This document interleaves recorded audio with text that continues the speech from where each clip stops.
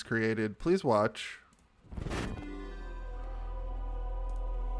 Welcome to Confirm Exile, a unique escape experience in which you play as a resident of a space station after something's gone horribly wrong. Waking after an accident, you must make your way through the space station in order to reach the escape pods and survive. Luckily, you have tools that will aid you in this seemingly impossible task. The ship's AI, a device that allows you to input instruction and answers to puzzles that await you on your journey to the escape pods. The Field Manual. This book is your main connection to the space station and will act as your lifeline to truly complete the task of escape. Information found in the book, interaction with the AI and multi-tool are all keys to escape. Will you be able to repair damage to the ship and make your way to the escape pods? Or will you be counted among the exiled?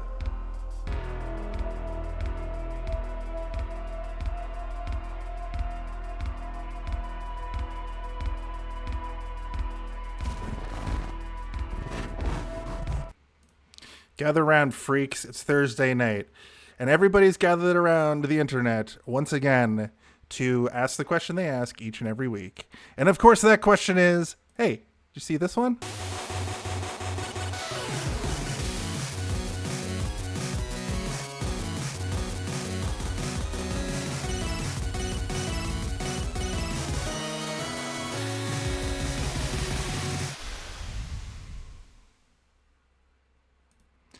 Lordy, look who's live on the internet once again for another episode of Hey, did you see this one? And this week, I believe that everybody has seen this movie, but I hadn't somehow. In 2002, this movie came out, and everybody. You're the real freak, Jason. I'm the freak. Yeah. I'm gathered around on the old hot internet tube, and basically, I decided, hey, did you see this one to myself? So we are, of course, in Alien Encounters month, Close Encounters of the Month kind. I don't know. But we have a new guest, a guest that's never been here before. Please put your hands together for Alex Gow. Welcome. Thank you for having me. Well, welcome to Straight from outer space. Welcome to the show, straight from the sewers, Master Splinter. Yeah. I like to start off the show, though, by doing a news segment. Every week on Monday and Tuesday, I put up images from the poster, and I think that's the first segment that I like to do. It is. And I like to get people to guess. Now, nobody was guessing for the longest time. And then I started to make it easier. Spoilers, but now lots of people come through. So without further ado, please welcome the fan guessing game ? Congratulations! You have successfully guessed the correct answer, which is the answer you provided. Congratulations! I actually saw your post and I forgot what movie we were doing this week and I couldn't figure it out. I was like, Well, I'll start off with my favorite guess. I've selected a guess this week that I enjoyed because it makes perfect sense. And Pod War on Threads said, like Mike starring Little Bow Wow. And then I was like, dude, you didn't even try. And then he put multiple pictures of zooming into the basketball on the net or on the poster. And I was like, that's actually pretty funny. Because if you look at the poster, if you zoomed in, it kind of looks like a basketball. Just running down the list real quick here. Tim Covey got it. Friend of the show. He just wants to promote our show for this. So thanks. Noel Kotiff got it again. Listen to Stick Taps and Stitches for the Hockey Doodads and Whatnots podcast. Stu Hayward once again got it. He wanted to promote his Pint-Sized Comedy, which is a stand-up comedy sort of walk-up open mic thing in Dartmouth, Nova Scotia, every Tuesday at the Celtic Corner, hosted by Stuart Anthony, also known as Old Stewie on Instagram. It's a wacky and wild time with veteran comics and newbies with a special guest pro headliner every week. Aaron Hurdle, friend of the show, he got it again as well. He wanted to say, I've seen things you people wouldn't believe. Attack ships on fire off the shoulder of Orion. I watch sea beams glitter in the dark near the Tannhauser Gate. All those moments will be lost in time, like tears in rain. Time to die. I don't know what that's from. I assume it's either Blade Runner. Oh, it's Blade Runner. Blade Runner. It's from Blade Runner, Jason. It's very You're famously banned. from Blade Bye. Runner. Have you seen that one? I have. Yeah. I have seen it. I saw it in 2020 for the first time. So I'm new at this. I'm a host. I'm the host with the most. That's why I got Steve as the talent. The talent, yeah. Megan Sprangler, who is a new person, she wanted to plug her Mediaverse Unwrapped podcast. I've actually watched a bit of this, and it's good. They're going through the MCU and stuff like that. She wanted to say, we're a non-toxic Marvel podcast that discusses everything Marvel without the toxicity that comes with the fandom, which is refreshing. Cool. Available on all podcast platforms, and you can check out the videos on YouTube by searching for Mediaverse CU. John Nolet wanted to promote his Instagram, John Digs Music, where he reviews music. My friend Kyle McKenna back in Halifax, also known as the rapper Black Rook, he's got a new album out called Black Rook on Spotify, wherever you get your music. I listened to that. It's awesome. He's actually really good. I'm glad that I'm glad that I can talk about him for a second here because he's great. A friend of mine, Brendan, at Holden Pro, he's a wrestler named Holden Albright. He wanted to say, just create stuff. Online content, visual art, new food dishes, woodworking, knitting, whatever it is you want to make, just make it. And this podcast is sort of born of that very idea. So thanks, Brendan. And Ike Keldon, who is in the chat right now. He's here almost every week. He's very supportive of the team. He didn't have a message or anything, but he did want to, he did get it correct this week. And let me just make sure I'm not forgetting anybody. Nope. And Steve didn't get it. So Steve, you don't get a shout out or a plug this week. Wait, you already got a plug. You already did it. I made some admirable guesses. That's true. I think we do that thing. Some Admiral Akbar guesses. We do that thing now where we both just like add things to the comments. And I think I said backdoor sleuts 9, which you replied vile, which is good. It was vile. It's pretty good. So the first big segment of the show is our brief history. So this is a brief history. A brief history. In the brief history segment, we talk about our history with the film. I kind of touched on mine, but I'll go a little bit further. I have made it a tradition to let the guests go first. So, Alex, you finally get to talk after I've ranted and raved for the last 4 minutes. Yeah. Well, so it came out 2002. I would have been about 14. So that would have made Jason what you were in your early 20s. We're the same age. And yeah, so I mean, Shyamalan was kind of on the upswing. Everything was. I'm not going to pretend that I had seen Unbreakable yet. Like I wasn't. I wasn't that hip to it yet. But yeah, it's one of those movies that definitely I saw in theaters, scared the hell out of me. And then when it came to home video, watched it a lot. Like me and my brother watched it a lot back in the day. Awesome. Yeah, I think that's I think most people when this movie came out, it was like big for them in that moment. Steve, how about your brief history? My brief history. I was still a little bit scared of stuff when this movie came out, so I didn't see it in theaters. I typically didn't go see. I'm a little younger.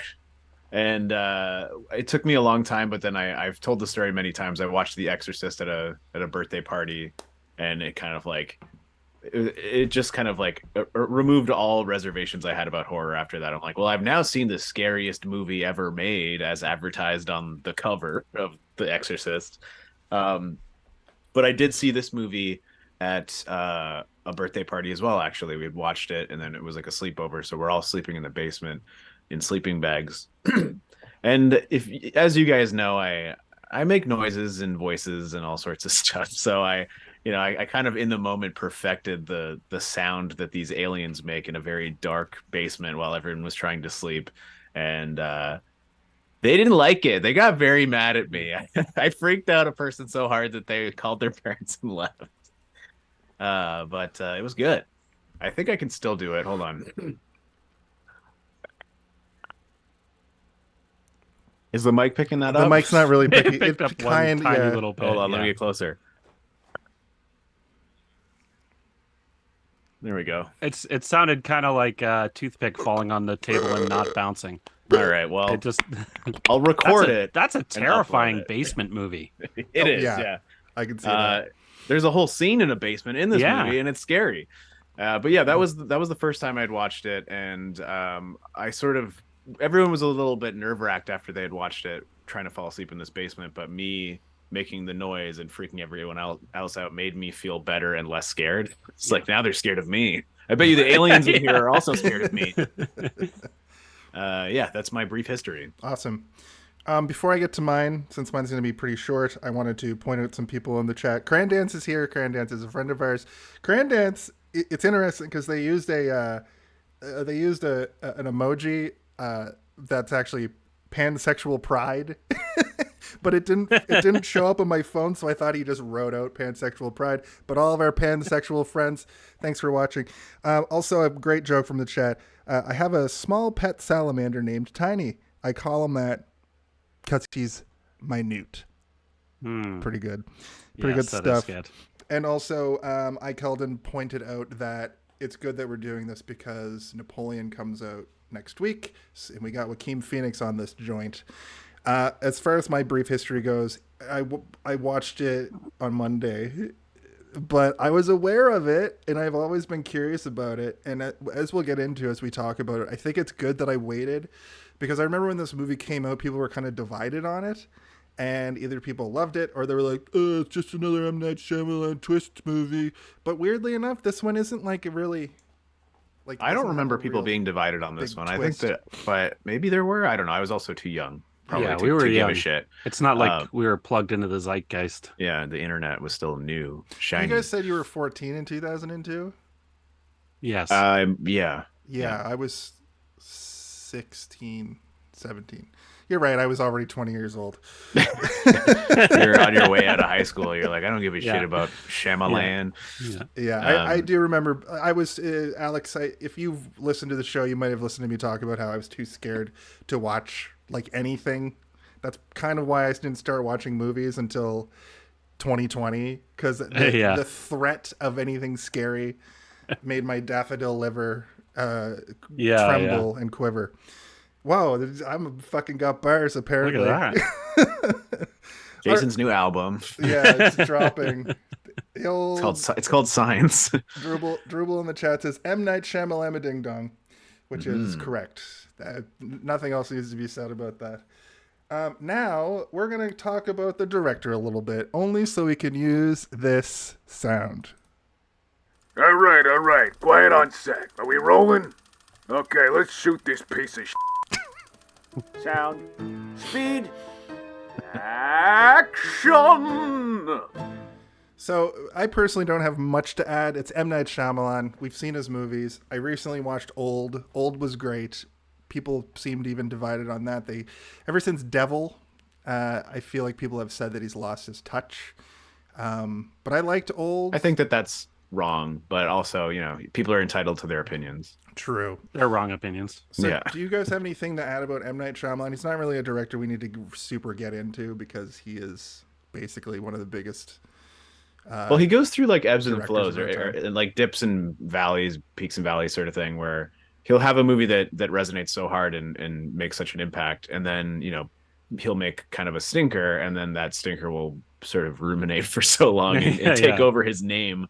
Yeah. There are still people who, like, they're a little bit older people, I would say, like boomers and stuff, who are just like, oh yeah, well, M. Night Shyamalan, he tanked and he never really recovered. I'm like, no, he makes a movie like every 2 years and they're pretty good. Like, we did Cabin in the Woods or not Cabin in the Woods, sorry, A Knock at the Cabin, which was pretty great. And then Old came out recently as well, Jason, you mentioned, and that movie's also pretty great. It's dripping with the M. Night Shyamalan awkward and alien sounding dialogue, but like I personally think that that's part of his charm as a filmmaker. I agree with that. As people speak like no humans speak.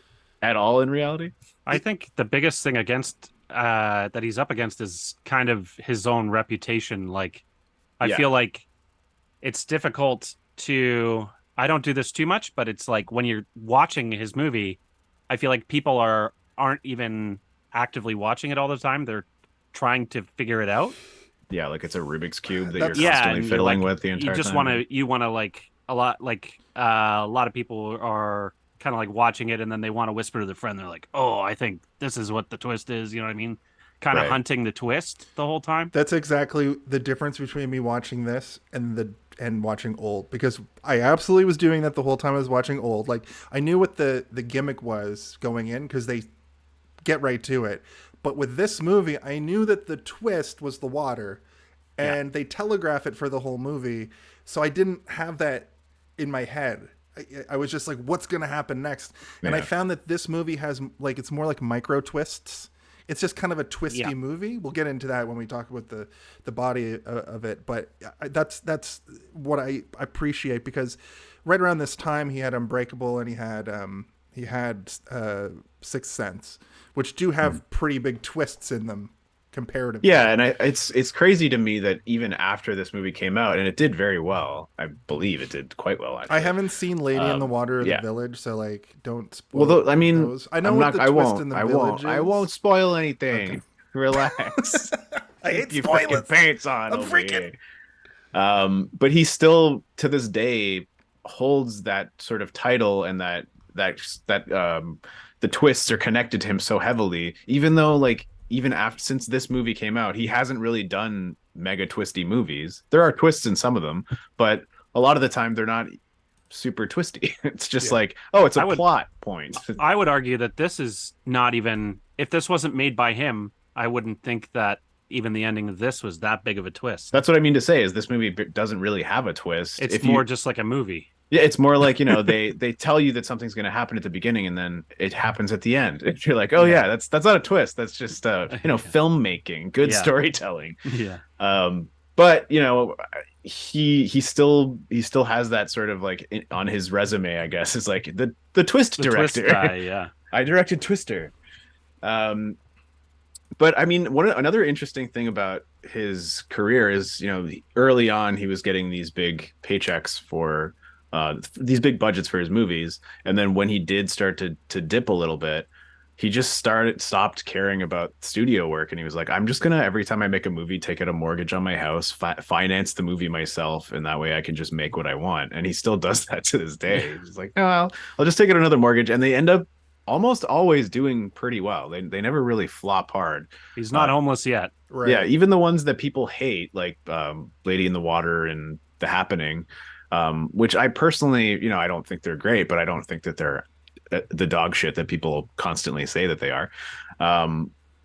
It's just that they're movies that I probably don't really need to go revisit unless we do them on this show. I did watch The Happening on like a plane and I hated it, but I do think I need to rewatch that, knowing that the twist is the trees.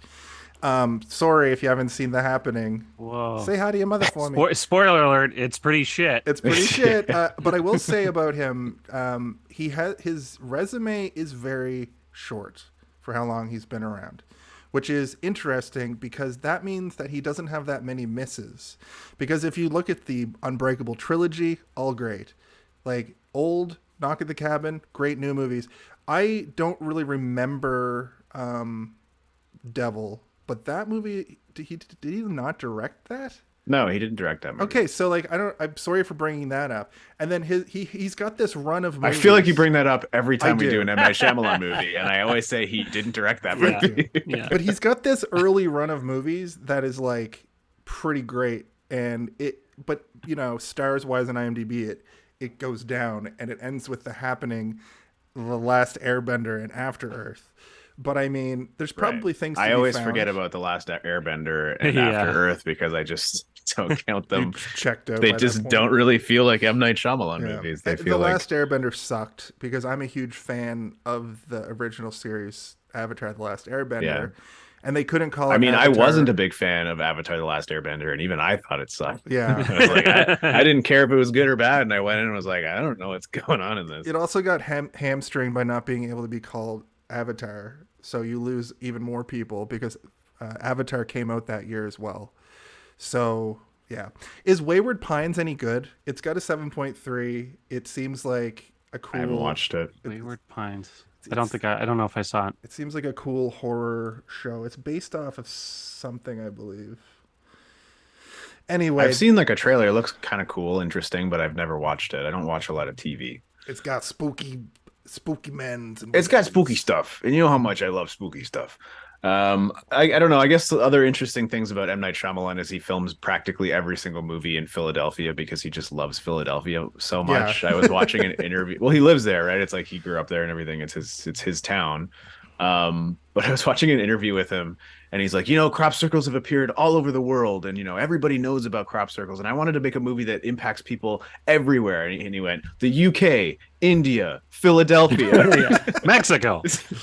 That's just funny. The 4 places. Massive countries, and then he Yeah. named Philadelphia. Give him the old M. Night Shyamalan twist. His name is featured in an episode of It's Always Sunny in Philadelphia. One thing that people don't really give him a lot of credit for, which I'm sure we'll get into, is that he is pretty funny, and like he does the humor in his movies often does work for me. It's not like laugh out loud, roll on the floor laughing, but it is like clever enough that you chuckle, or at least you register like that was funny. That was a very funny thing. A lot that of just like happened. wholesome humor. Yeah, it's never exploitative, and it's never crass, and it's never raunchy. It's always just like that was a funny, clever thing that character just said, and I liked it. He's also got that Stephen King eeriness factor that he can just like have somebody call up on a phone and they'll be saying the thing out loud, and it's gross. The story about the puke, almost getting his mouth puked in. Oh yeah, and the spitting story. Yeah, like he just has these little. It makes you feel weird and gross. Like I would even say that has like a lot he's got of that. Yeah, he's got that sort of the magic that like Spielberg has, where like even though there's these characters feel borderline caricature and cartoonish, and the stuff they're saying would never come out of anybody's mouth, and it's delivered in a way that you're like, this is so there's something uncanny about the way that everybody's acting and talking, but it still like gives you a perfect idea of who these characters are, and you feel like they're real even though they're acting. It's believable unreal. in the context that they're in. Exactly. Absolutely. What do you say we move on to the body of the episode, friends? Oh Because my we're already God. sort of doing that. Before we do, Keldon in the chat just said that Wayward Pines, he loves it, but it's only 2 seasons. So that means it's a quick watch in my opinion. That means it's a show that I would be interested in watching because I don't have to watch 19 seasons of a 9 TV seasons, show. 25 episodes a season. Yeah. Oh, here she comes. Here they come. Here it comes. Ho, ho, ho, ho! Everybody back up, because here comes the body of the episode. Ooh la la. Oh, so hot. This is the body of the episode, the time each week when we just talk about the movie now. It's time. Typically, for the last few weeks, we've just been kind of talking. If we do get held up, though, I have the movie basically written out beat for beat. So if we get stuck, I will refer to the notes. My first note, though, is, fuck, I forgot about Mel Gibson. Yeah. So that was kind of like, oh yeah, Mel Gibson. You mean like how he became a horrible monster man? Minutes after this movie came out, he became an anti-Semitic, it might even have been the crazy same year. person. Yeah. I mean, he's done his years of apologies and addressing it and stuff. Does not excuse his behavior, and I don't think that he probably harbors some really off-putting and weird ideas in that mad Australian head of his. But he's like wildly anti-Semitic. He's a great actor in this movie. 100% proves it because he is so good in this movie. He's like wildly anti-Semitic at the best. And at the worst, he's got phone call records of him saying the most atrocious things. Yes. And he was one of the original people to be like canceled before like cancel culture was a thing. I remember, but he didn't go away. He just made Passion of the Christ and then Apocalypto. Yeah. Yeah, and then he like vanished for a little while and made. And then 3 days later, he rose again. Yeah, exactly. And then he returned for like one of those weird comedy, like sort of like bro-y comedies where it's like two, like a comedian and an action star, and their dads show up, and one of their dads is Mel Gibson. Yeah. Look who's dadding And you just to like dinner. your dad, he has some really questionable things to say about minorities. What happened to you today, Dad? I got pulled over by a cop. You don't want to hear about it. Oh yeah, and then he was in that. Going to be on the news later. He was in that Drive. No, that was Russell Crowe. That was in that road rage movie. Who? Yeah, I mean, all we really need to say is that we do not agree with anything that Mel Gibson has said or will ever say. Or in Russell the future. Crowe for that matter, because he's problematic too. And they're Yeah, both true. Australian. I mean, I think he's less problematic. He just used to throw phones at people or something and hot food. Flying And they know he's around the come right world. back. Yeah. I think that this movie is sceney enough that we can probably kind of walk through it formulaically from beginning to end.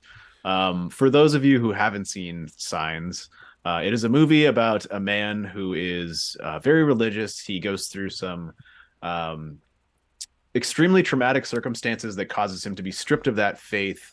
And he's on a journey looking for signs I should say. to restore that faith. Hold on, let me finish the summary of the movie. Okay. But it also has to do with the wild circumstances and events that occur that allow him to regain his faith at the end of the movie for it to be restored.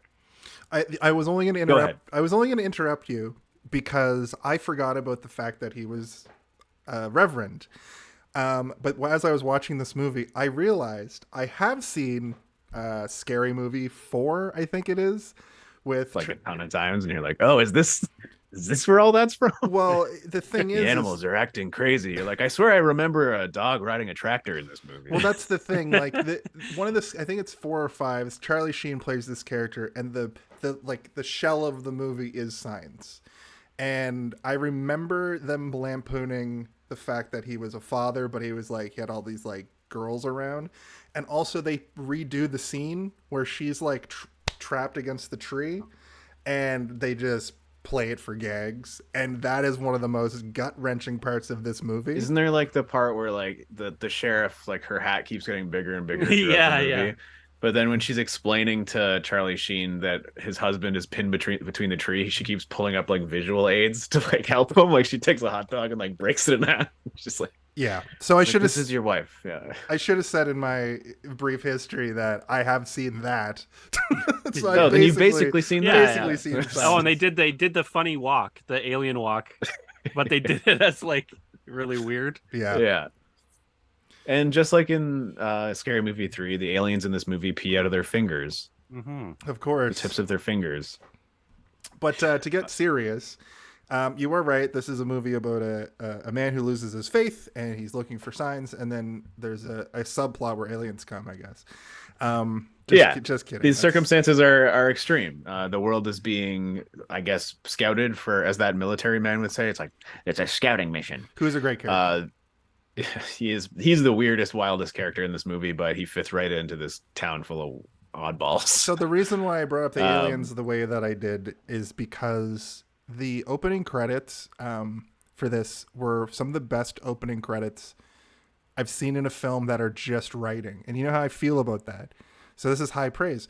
They feel like you're watching a 1950s like horror movie, or like it's like a Hitchcock people from the world sort of beyond kind of like intro with the score and the lettering and the pacing. Like I really enjoyed that. It's very similar to the opening of Psycho, where they do all of the legwork via the music and the slow pace of the text, and it's meant to give you this sort of ominous and tension that builds up right until the movie begins, to be like, guess what, guys, this movie is gonna be wild. It's gonna be a wild alien fueled ride. And it cuts straight to this sort of really boring shot of the front yard of their homestead, which I guess is meant to like evoke a sense of calmness. But I really like the opening of this movie a lot, specifically because within, I think, maybe less than 2 minutes, you are presented with all these little visual tidbits that give you a very specific and accurate understanding of who Father Graham Hess is, without having to explain it to you at all. And then throughout the movie, you're given a little bit more here and there to give you more context as to why. he is the way that he is. But within that first, sequence, you see drawings of children, you see the silhouette of the cross on the wall, and you know all these little small details about him without the movie having to specifically tell you. And an Which is interesting just good. little misdirect. I don't know if you picked up on this, but they're like him, and you find out his name's Merrill, but they're getting ready for their day, and they hear a girl scream out in the field, and he goes running out because he's like, "What the hell?" Like right before they see the actual crop circles, and he yells out, "Morgan, Morgan!" And the misdirect, in my opinion, was that you would expect the little girl's name to be Morgan, but it's a boy, and then the little girl's name is Bo. And I thought that's what I mean by this movie has these like micro twists all through it. It's just to like misdirect, get you thinking, because this movie could very easily be directed by somebody and everything could just be like very straightforward and very basic. This story could be told in a very basic way, but since you have the eyes of M. Night Shyamalan writing, directing, and creating this thing, every moment seems to be packed with like a little misdirect, a little subversion, a little moment. And I thought that this was a great way to open it, to like set that up. And then you get this really neat, like when he runs out into the crop circle, the camera pans back and the two dogs run by in front of the screen, which I thought was a really neat shot. And then it just transitions to a crane shot of like, or like I don't even know how they did it back then. It was a very it looked like a very shaky helicopter. Yeah, right? Like a helicopter shot, I guess it would have to be, because drones didn't exist in 2002. So, or maybe it was a crane shot. Yeah, it would have been definitely would have been a. No, it went Jason, too high up. You're a little janky here. I'm janky? Is this my internet or is this your internet? You're not. He's not janky to me. Uh-oh. Okay, so it must be me. Steve's gonna disappear soon. Okay. Yeah, it definitely would have been a drone. I watched a little bit of the making of for this, and cranes everywhere. This movie was full of cranes. Should have been called Cranes. Hey! Crane circles. Yeah. Speaking of the crane circles, one thing that I really appreciated in this movie is that he made sure that all of the crop circles were real. He did not want to do a bunch of CGI stuff. In this, time period, CG was still very janky, and you could tell when things were happening. Even in this movie, there's a lot. Yeah. I think we can talk about it when we get to the end, but I think they did an admirable job of trying to hide it as much as they could when they did have to use it. But there's a few shots in this movie that did not age well. But M. Night Shyamalan, he basically was inspired by crop circles, obviously, but the original draft for this movie, he wanted to have everything take place in the house only and have almost like this War of the Worlds scenario. Yeah, World of the Wars happening outside, and eventually he came to the realization that that's not like the appropriate way to tell a story, or this specific story, I suppose. But he got all of the crop circles you see on TV, the ones in the field. He made sure that they were all real. And that's something that we would never get anymore. If they're going to make a crop circle movie in 2023, it's going to be purely CGI. And one of the reasons is like, you're not going to be able to find a farmer who's willing to let you crunch down all their corn. Well, they could take the field from Interstellar. That's yeah. probably still out there, and just use that. Yeah. Well, that's the thing about he sold that corn. Yeah, they grew this corn for this movie as well. They rented the property from an agricultural college and specifically grew corn because it's one of the hardest crops to break with your bare hands. So they really wanted to reinforce the idea that like humans couldn't have done this. It had to have been done by other means. Although we do know through living through crop circles, the crop circle hoax for the last 40 years, they basically, and they talk about it a little bit in this movie, they use these big like circular discs that they're able to push down almost like you're stomping down on grass, and hold it down with ropes, and then leave it for a little while, and then that's how they get that effect of it not being broken, and they go around in circles concentrically.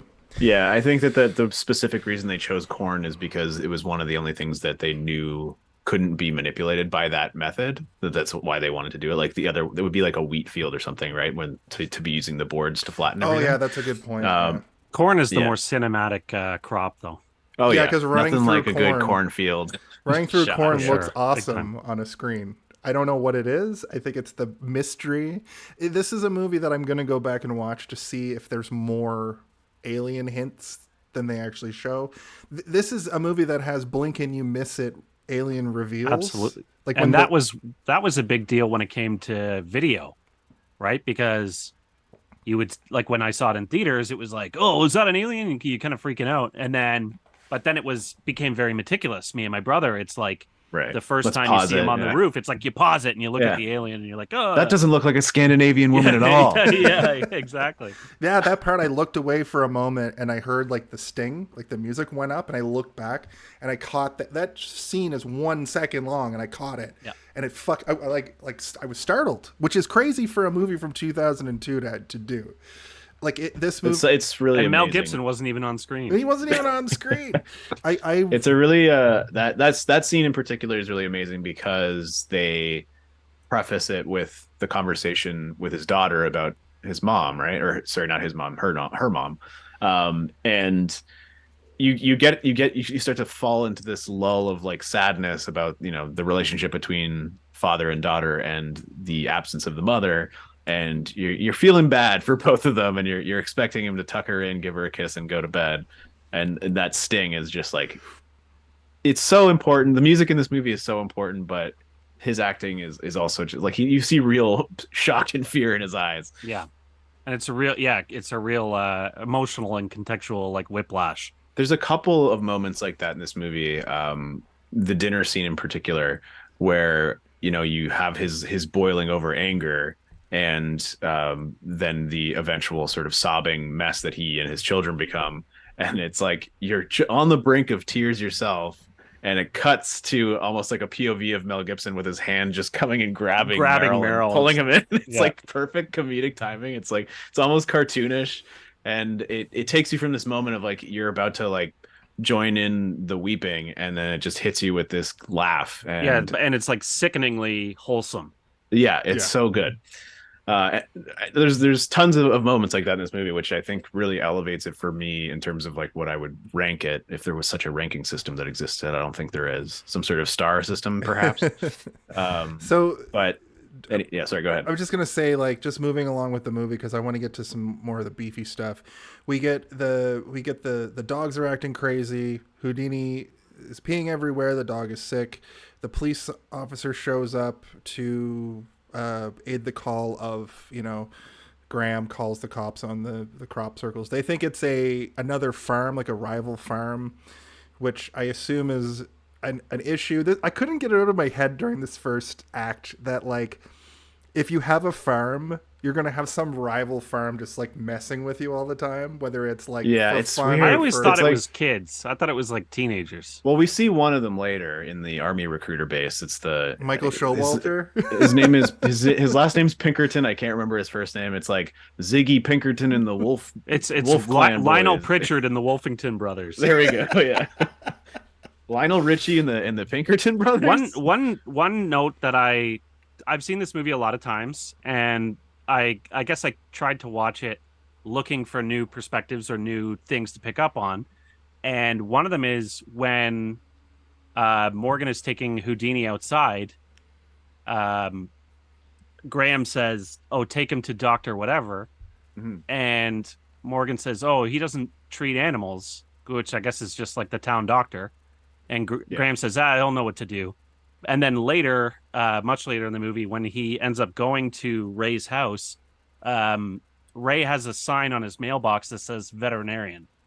Oh. So I they, guess like, even though the dog refused- was the dog was sick, and he was like, "Oh, just take him to the human doctor," right? And then Right. and I think it's kind of maybe I never it's noticed such that a small before. town that they don't even have a vet. because that's one of those micro reveal twist things where even when Well, they, yeah, it's like he didn't want his son to go face the man who Yeah. murdered his go mother. bring your pissing dog to the guy that, you know what I mean? that scissored your mom in Yeah, half. timbered your mom.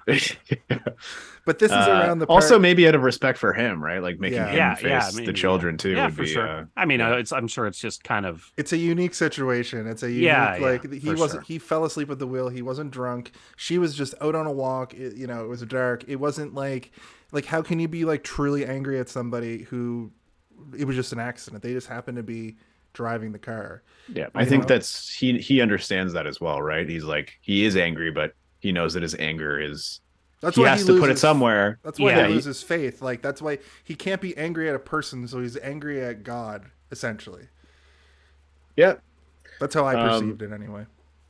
For sure, and I think that if somebody who is a reverend, obviously these people are probably thinking about faith a lot more than the average human being. Yeah, I stubbed my toe and I yelled, "God damn it!" So I think it's a little different for the Hess family. Well, Jason, you know me. I have chronically bad luck, as you've called it before.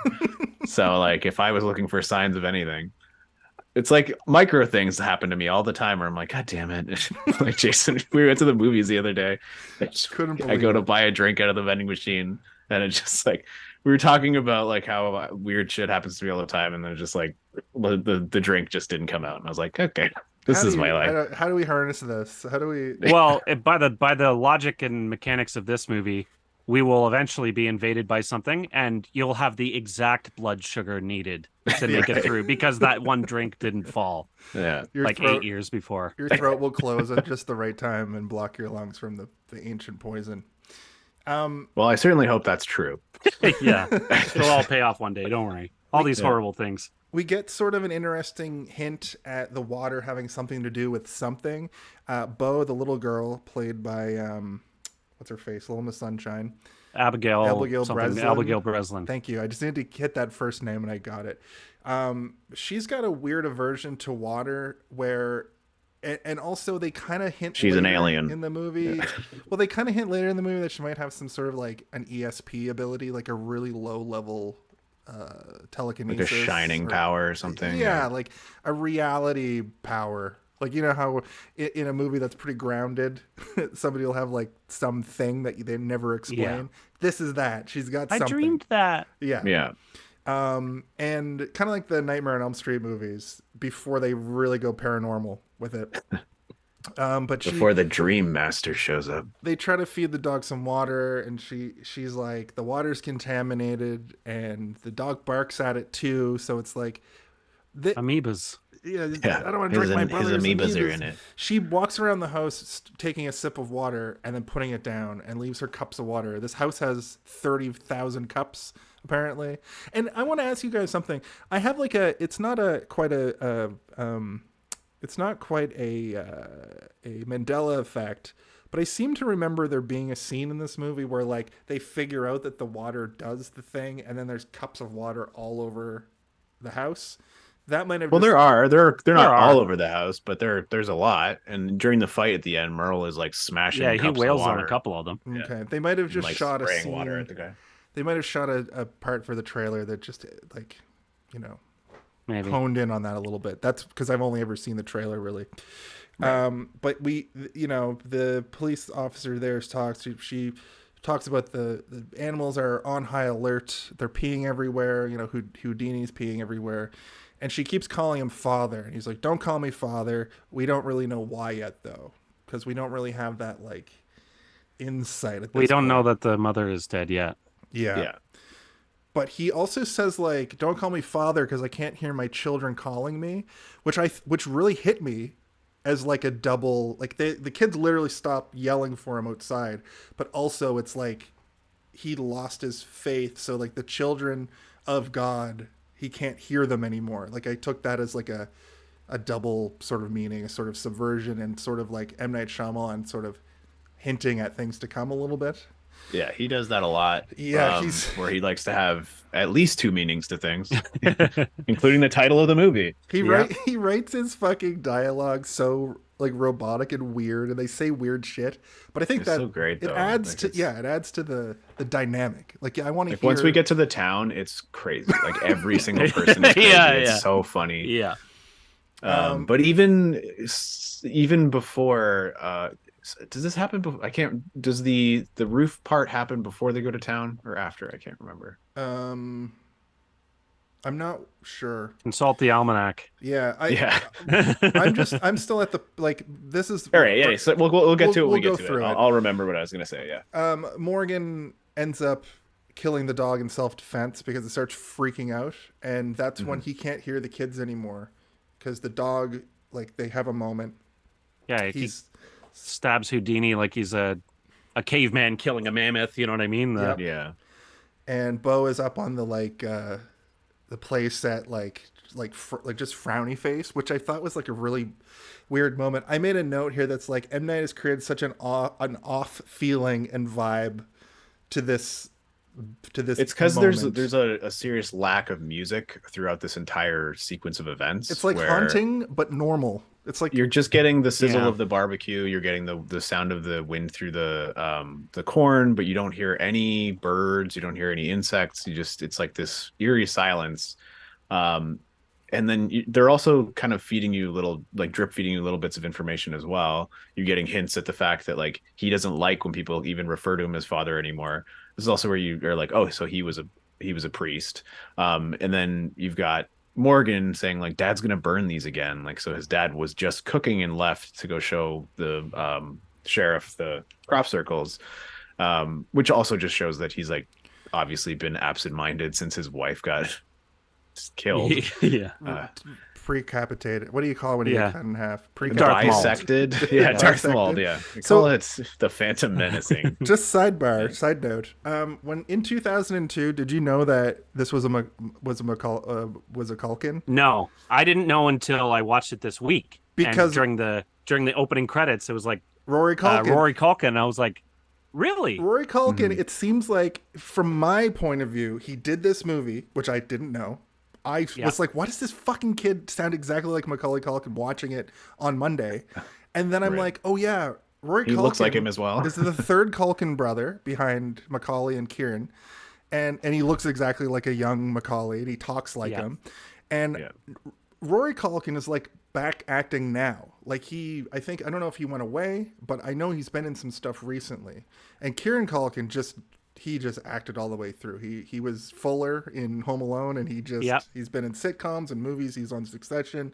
He's incredible on Succession. Incredible on that show. And Rory Culkin, just like a clone of Macaulay in this movie. And there's even shots in this movie that are very reminiscent of Home Alone. Like when he's purchasing the book, it gives you sort of he's very it evokes the sort of imagery of him like at the grocery store, or when he sees the alien and he goes yeah. It is like I've known this, I think, since the movie came out, just because like me and my nerdy film friends when we were kids were just like, that's Macaulay Culkin's brother, did you know? Kind of yeah. But more so now. And I said, no, Steve, go away. But definitively no. When I watched it this week, it's not that I forgot. It was just kind of like, oh yeah, I forgot that he's. But it was more so that I have recently rewatched the Home Alone movies, and I'm like, oh my gosh, it's crazy that all you have to do is shoot this kid from a high angle over a counter, and you're immediately like transported to a different movie with a different Culkin in it. His eyes, nose, and mouth have that Culkin, and he's good too, man. Like he's a great actor. Yeah, I think it also helps that everybody in this movie has crazy, weird wooden dialogue, so it doesn't really matter. Yeah, a lot of the acting is just. Okay, now stare there and don't move whatever you do. Yeah, and try and say this really awkward line as unnaturally as possible. Like old had that. I found that in Don't Knock at the Cabin was a little bit more, loosey goose for the acting, but old definitely. Yeah, but even that movie still has. Some, it's got Batista basically playing Drax as a normal person. Drax the Destroyer is like a normal dude. I think it's hard.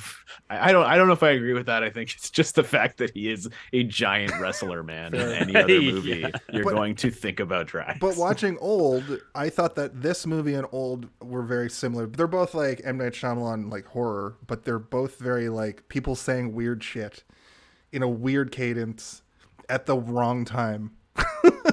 Yeah. Right. Bo comes. So now it's nighttime. Bo comes to Graham.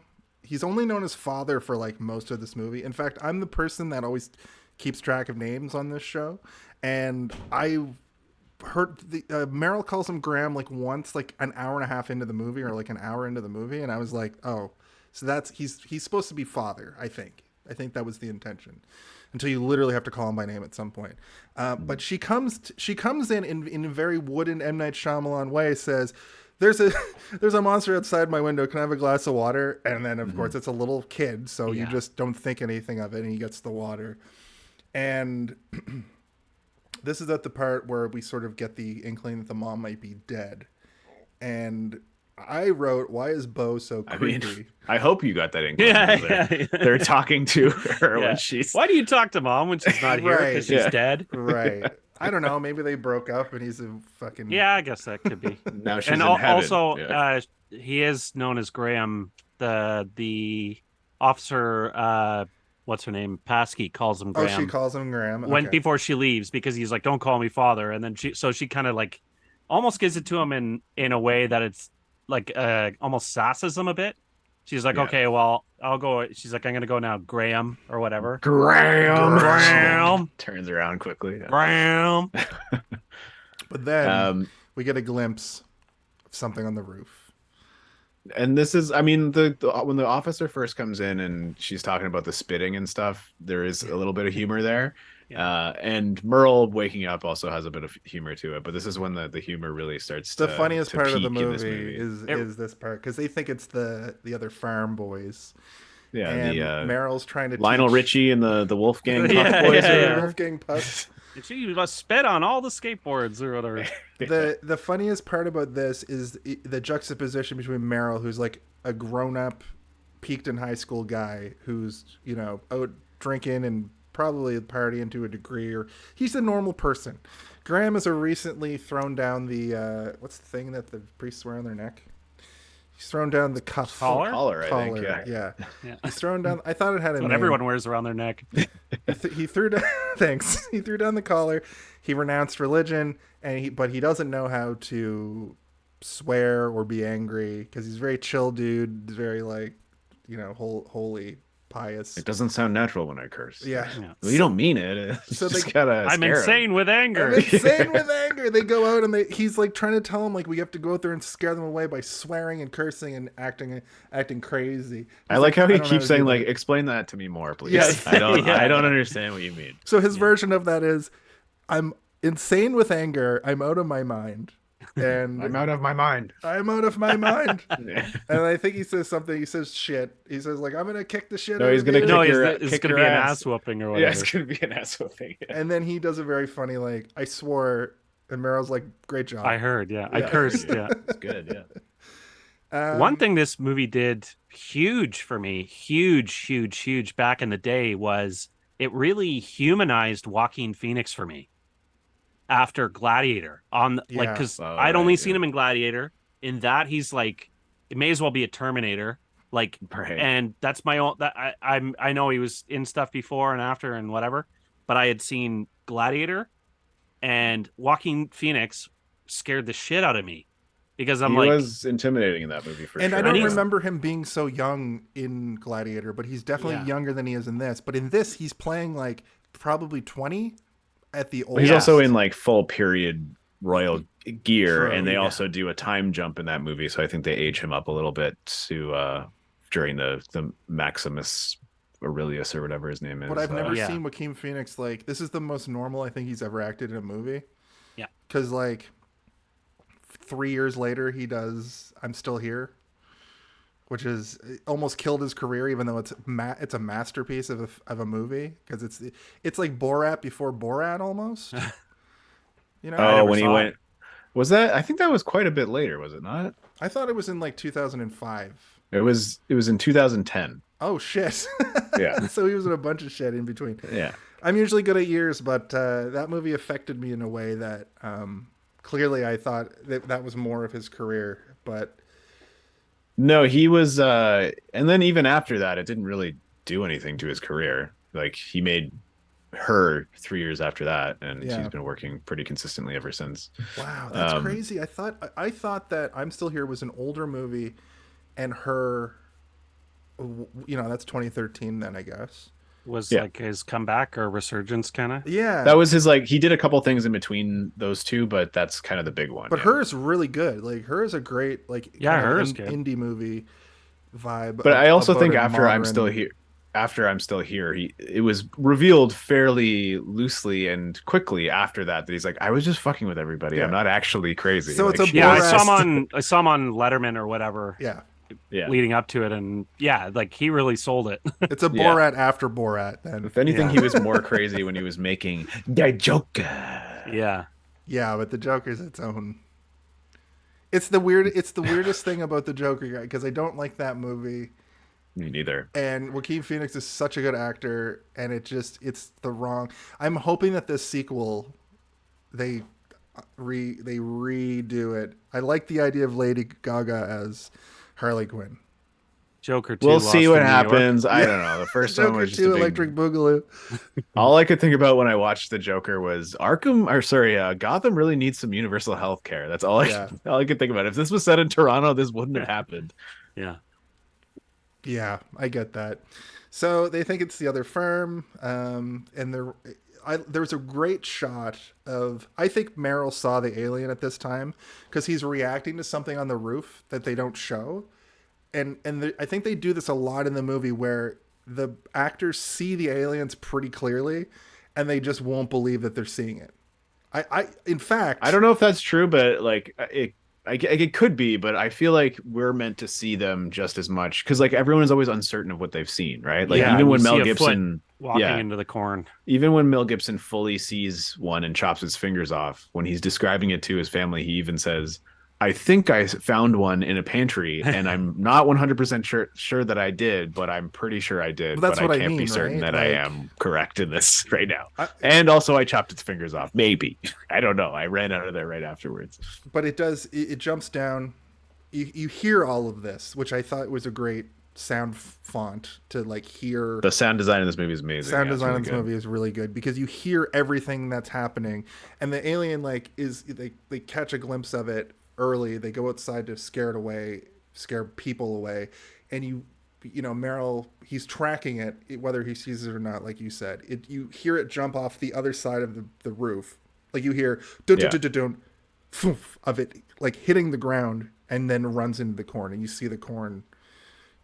In fact, there was one part where Meryl throws a rock into the corn. I was just like, even if he went inside and the rock was thrown back, I thought that would be a good little moment.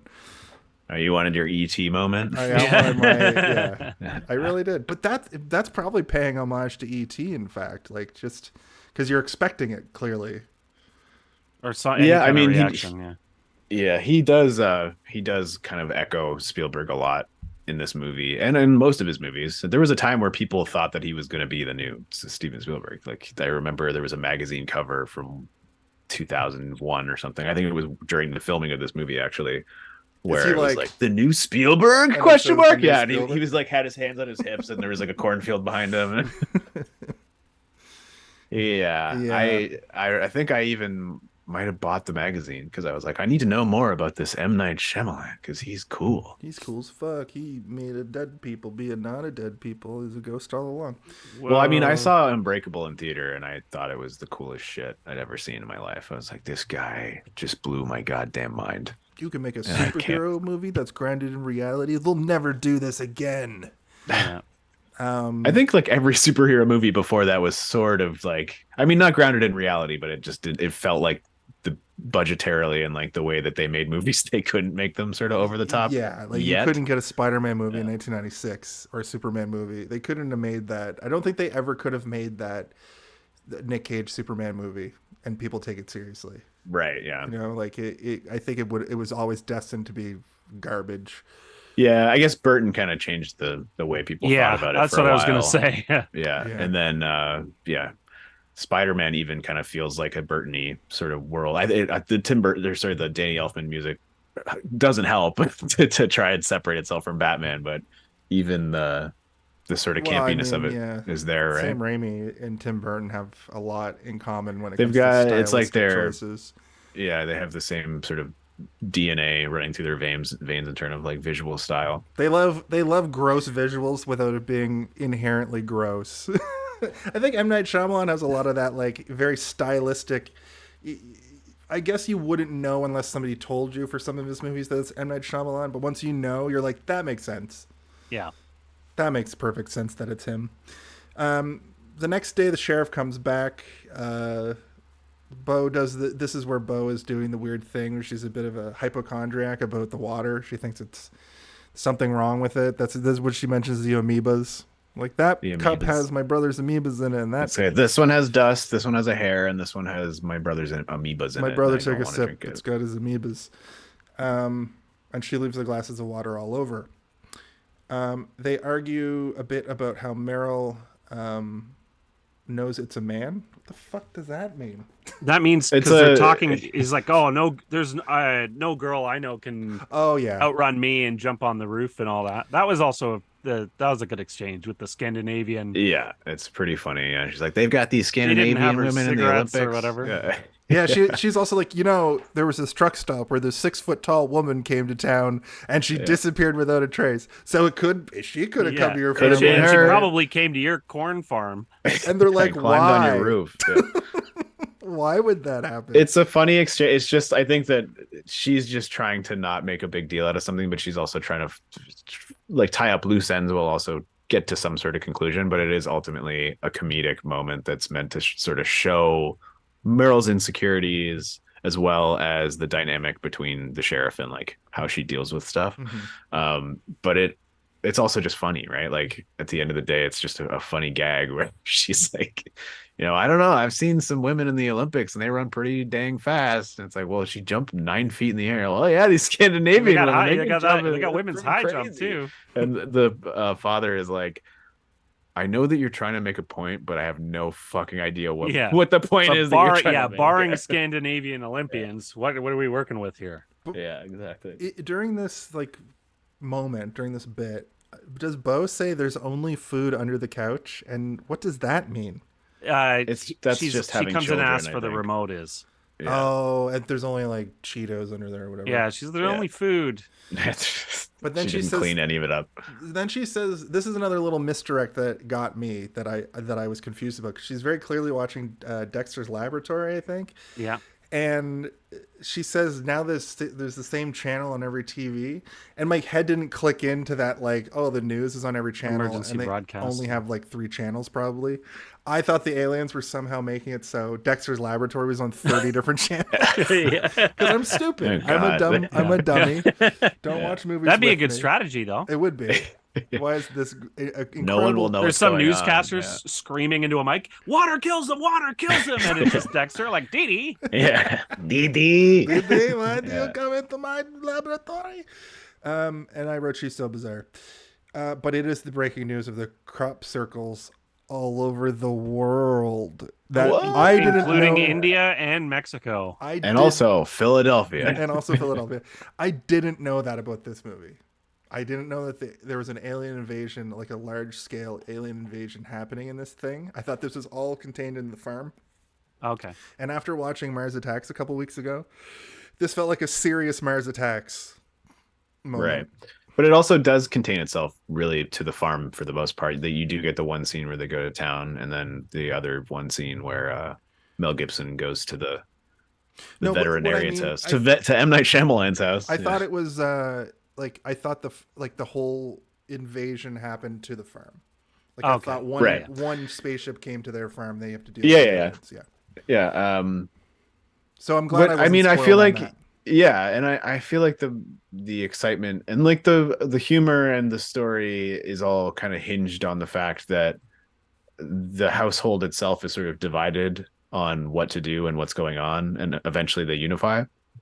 And that would be difficult to accomplish if it was just the one house without this like sort of outside influence, right? Like the book, the news broadcasts, and Merle slowly sort of like at first he doesn't want to believe what's in front of him, and fairly quickly he jumps on board like real fast, which is also good because it shows that I'll be back. He's not stupid, but he's also very quick to well, his big turning point was the the birthday party, the video of the birthday party, the Mexican birthday party where they see that's when he But gets he's the all- tinfoil hat. Yeah, that's when he gets the hat. But he's already been obsessing. Oh, like, yeah. he puts the TV and he like watches it all night in the But closet. it's also or whatever, and right? it's also funny because he's like, oh, I brought the TV in here because the kids have been watching it all day, but he's in there obviously watching it all day.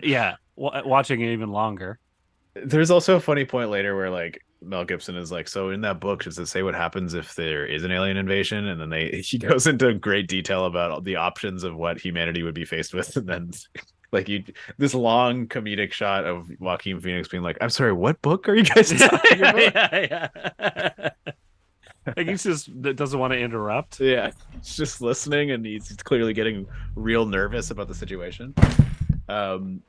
I think this is about the time where they go to town, right? After the discussion at the table. It is the time during the movie where I questioned. They make them go to town to get their mind off things. This is where I questioned what the relationship between Meryl and Graham is. I thought, I mean, they do look very similar to each other on purpose because they're brothers. But yes, I thought that he was the wife's brother. Okay. Which would have also made sense. The police officer tells him, they do mention it was really nice of you to move in. Yeah, she says it's nice. It was nice of you to move in with your brother. Yeah. Does she say that? Yeah. Okay. Yeah. I know she says it's nice that you moved in. I didn't know if she outlined that it was definitely. I believe she says your brother. Yeah. Yeah. That was really nice of you. I can see how if you missed that one little tidbit, it would be like, whose brother are you? Yeah, and I guess I already knew the whole time, so it didn't. Yeah, I wasn't like trying to figure out who he was as well. I thought because I had seen this one. At this point, he was the eldest son, but the ages don't really make sense, so I was still confused. I remember being like, that also you're also right about that because they do Gibson seem like is they could be an like, oldish man. Yeah, they seem like they could be like 15 years apart, which I don't know. In the olden days before we were back born, in the early 2000s. Yeah. But like, I mean to say, like when Mel Gibson was born, for example, like I guess like in the 50s or 60s or however old he is, it was more common for people to have a shitload of kids, and it was also more common for people to have kids with like large gaps between stagger them pretty heavily. Yeah. Mm-hmm. Which doesn't really happen anymore because people can't afford children, so we just don't have them. Or like, it's not even like I could afford to have children, but we're just sort of like, we like to have freedom and money, and I'm a adult. Or even just nobody, even if people are consciously having kids, they're not doing it. Like Mel Gibson is the kid you have when you're 18 or 19, and then you get pregnant again when you're in your 30s or 40s, and you have Joaquin Phoenix, right? That's what I was. Exactly. That's kind of what my line of thought. Like, yeah, he could have had, or from another marriage or whatever. Yeah. The bookstore owner is a weirdo. Oh yeah, the bookstore so he goes in and asks for a book on extraterrestrials. Was this the thing where there was like they all split up, so we get guy who's like putting his own books in the store, or is that from something else? Oh, that was in Loki. No, she said sci-fi that. Guy. That was on Loki. She said the book came in. Yeah. She said, "Oh, the book came in by mistake. It must have been for the big city folk or whatever." Yeah, like they only had a book on aliens because it was an sent accident to them erroneously. Right. Yeah, and we kept it for the city folk. Yeah. I think it's over there. The funniest part about this sequence is that there is the owner of the bookstore or whatever, this man, and he could just be the husband, or we don't even know if they're married. I don't know. Women can own bookstores too. You know. Yeah, right. I'm not saying. Well, there are six. There's a 6 foot book salesman. Hey, everybody, calm down.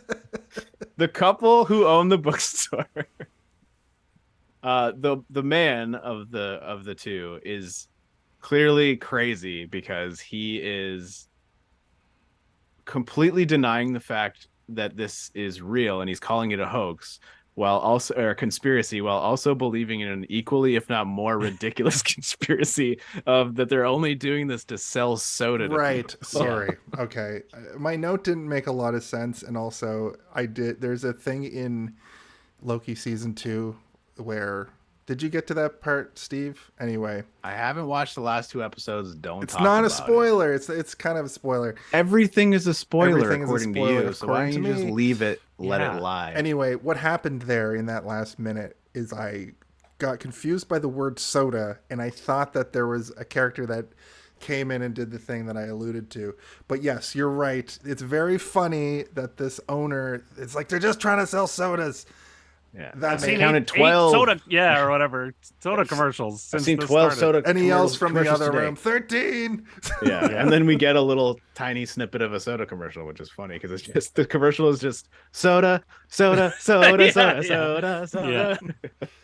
And meanwhile, Mel goes over to the pharmacy to get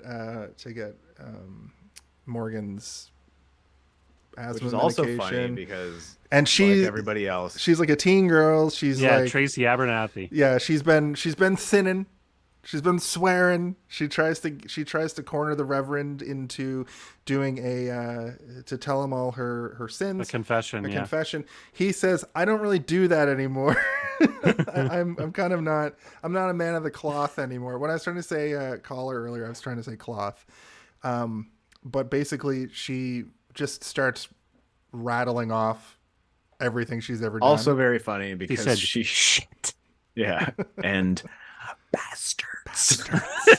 And then she basically confirms that anything can be a curse as long as Yeah. it's in the right context. But the best part about it is she jumps from 37 Like curses 71. to 71 With from douchebag. just the word douchebag. Yeah. I like that she keeps track of how many times she says douchebag. Well, she's While worried still about using getting it. into heaven, man. Yeah, I guess. I'm gonna do that from now on. I'm gonna Yeah. track how many. I don't want any of you to be alone with Tracy Abernath ever again. Ever Do you again. understand me?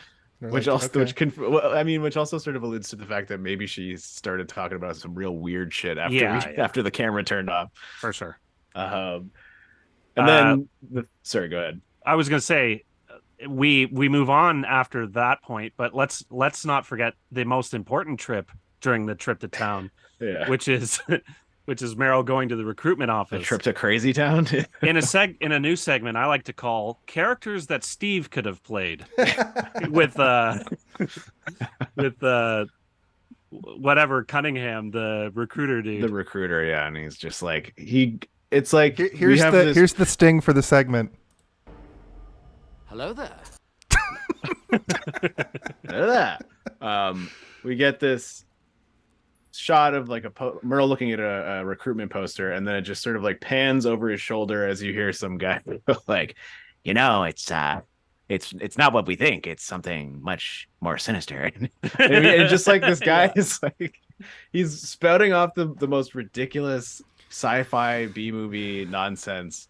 They're sending people down to check things out and do some scouting, and then in the moment of this like crazy rant, he has a moment of realization that like, holy moly, aren't you that guy who Aren't you hit Meryl that Hess? you hit that 500-foot dinger and set the world record or some shit? Yeah.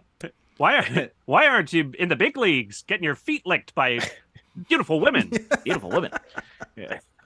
So not only is he like a creepy weirdo who says off-putting things about aliens, he's also a creepy weirdo who likes his feet getting licked by beautiful women. Yeah, that's the height of success for him. He also, What I love about that interaction in that character is, can you imagine if you're put yourself in the actual context of the movie. You are military minded. You're like, okay, aliens are here. They are doing reconnaissance. They are staging an assault. But then you just see someone who's like kind of a local celebrity from a vague time ago, and suddenly you don't care about the aliens at all, and you're just like, oh my god, it's Meryl. Holy You know what I shit. mean? Like, you know what I mean? Another person who lives in my town. you've Yeah, got 3 exactly, records. yeah. Why aren't you a big baseball star? He also mentions probing during this, but he doesn't say like the aliens. He's like, you're probing Yeah. around, and I was like, that's Probing. an interesting way to like fit that There was a word into the moment movie. today. There's a moment today where I considered looking up that monologue and performing it for you guys, but it's like I don't know if I should do the whole thing. Also, the movie does confirm when the record was set. It was 1997. When he goes to grab the bat, it says 507 feet set in So it was 1997. 5 years ago, yeah. Yeah. So so Meryl's probably he was probably 16 or 17 when he. I don't know how got old that he's supposed to record. be. Well, it was like Yeah, junior, yeah, he's very junior league or little league, ambiguous. wasn't it? No, it was minor league, so Minor- you can still okay. be. So he's You're maybe not like 25. necessarily in high school. Right. So he might be like. Yeah, you're not 23, necessarily in high 25. school. I mean, we can speculate all freaking day long. I don't know speculating. what minor. Is there a cutoff? Is there a cutoff for your age in the minor Hey Google, leagues? how old are you in minor league? Sorry, I don't understand. She doesn't understand. Sorry, I don't know anything about fucking sports. Yeah. No, stop. Hey Google, stop. Yeah, but he's got the 5 records, and that's when he's like, you know, he asks him why he doesn't, and then what's the guy's name? Pinsky Jones, played by His Michael name is the president from Wet Hot American Summer. Michael Cunningham. Showalter. Yeah. He turns around, and he's like, you know why? Because he also has the most strikeouts. And as Meryl's leaving, he says, "I just thought you should swing at them. Or it felt wrong No, not to it swing." felt wrong. It not felt to wrong swing not it. to swing. Which yeah. is one of those M. Night Shyamalan, like, that has a bigger meaning. Yeah, it's than- like a watch the second time line. Yeah. Yeah. Yeah. And that hit me hard for some reason. I don't know why these, like, innocuous moments hit me so hard in this movie, but it's just because It was I'm a like, sign. yeah, it was a sign. That's a sign. And I'm like, M. Night, I know what you're doing. I see you, buddy. That's right. Michael Showalter. Morgan reminds me of Macaulay Culkin. I just wrote that. I wonder why. So when they first get to town, Graham is like, okay, you guys go do your things in town. This whole sequence, while it's happening, I didn't realize that this was just an excuse to build these characters out a little bit. But while you're watching it, you're kind of like, oh, they're just off doing their little things. But it's a great retrospect scene, because when they all meet back up at the pizza place, where Graham says at the start of it, meet me at the pizza place at 5 o'clock or whatever. Or 15 minutes. Or in 15 minutes. minutes. Or whatever. And they all get there. And then I start having that moment of, like, reflection on all of the weird little adventures they just went on. And it kind of led me to feel like I want to see, like, more of these people's lives in this small town, because everybody is so bizarre. They're like Simpsons. A lot of characters. They're like Simpsons characters or something. Yeah, they're very cartoonish, and it's fun. And even the officer, she's the same way. It's just you kind of get her on the farm, so it's like it's just like, oh, she's kind of an oddball, and then you go to the town and you realize it's because she's from Oddball Town. Yeah. Yeah. Another She's the sheriff of Oddball. Yeah. Another thing I liked about the day trip was the whole intention of going there was so that they don't watch TV and focus so much on the aliens and get out of the house. And then they go in there and it's a small town and everyone's talking about it. And the only person who gets away from it is Mel Gibson, and he's stuck with Tracy Abernathy doing the thing that he tried to leave 6 months ago. So he gets stuck doing a confessional, and then the kids get bombarded at the bookstore, and Joaquin gets the probing talk. You know what I mean? So it did the complete opposite of the intention. I got the sense that Meryl was trying to, like, look into joining the military because he was sick of being in this podunk town, but at the same time, with the threat of an alien invasion, because they all outwardly play it like they don't believe it, but they all clearly believe it. Yeah. Which is sort of the crux of the characterization of these people. I think that the bookstore guy does not believe. No, he believes it's a soda. He's a flat earther who believes that it's a soda conspiracy. But, you know, like, the father who renounced God, he doesn't want to believe that there's an alien invasion coming, but, you know, there are signs. You know, the people coming from the stars and religion are very, like, intertwined, and Meryl he's at the end of his rope at this point, I feel like, and he doesn't want to believe it, but he's the first person to get, like, the most obsessed with it. He gets red-eyed and, like, won't stop watching the TV, even though Morgan is very, like, obsessed with it in, like, a nerdy way. You know, he's clinical about it. Yeah, and he's very clinical about it. He's very, like, he's very rational about all of it. He's, like, very factual. And I don't know what the fuck's going on with Bo. She's a creep. She's a creep. Yeah, I mean, she's a small child. girl. Yeah, she's just a small girl She's who creepy. recently lost her mom, Yeah. and aliens are invading. aliens Let's are cut her a invading. little slack. Okay. One Voice thing of about reason. Meryl. Alex. One thing about Meryl is, like, yeah, and if you think about it in the context of his life, like in the snippets we see, he's very endearing, very likable, but he is a has been, like, you know, like He very feels like a like, failure. oh, I yeah. could have been, you know what I mean, a baseball player and all this. But his only claim to fame is hitting a ball really hard, but it's only because he just Babe Ruths it and just basically swung as hard as he could every time. Every time. And anyone probably could have done that if they had the right luck. And Yeah. he just works at a gas station in Yeah, he like, definitely needs a town. little bit more from what his life is, right? But he's also super he's like even when they're recanting the story of chasing the alien around the house, he's like, I don't know, I'm pretty fast, you know what I mean, and all this. And I feel like when he's looking at the recruitment flyer, it's kind of like he's like, oh yeah, it's almost kind of in like, I think in his brain what he's not saying, he's always thinking is like, oh yeah, I could take these aliens, you know what I mean? Right, And it's kind of yeah. like even though he hasn't really accomplished anything at all, in his mind he's still like, oh, I'm in my prime, I'm, you know what I mean, I could go and kick some alien ass kind of thing. That's good. He's Yeah. fighting the fight already. Yeah, That's good like he's already insight. imagining going to war with aliens, Yeah.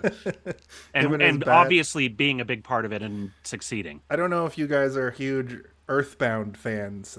We're on Twitch. I got to bring it back to video games at least once.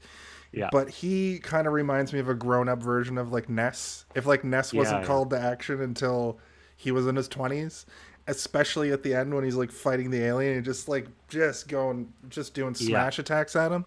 That's just a little thing that I picked up on. And he's from a podunk town.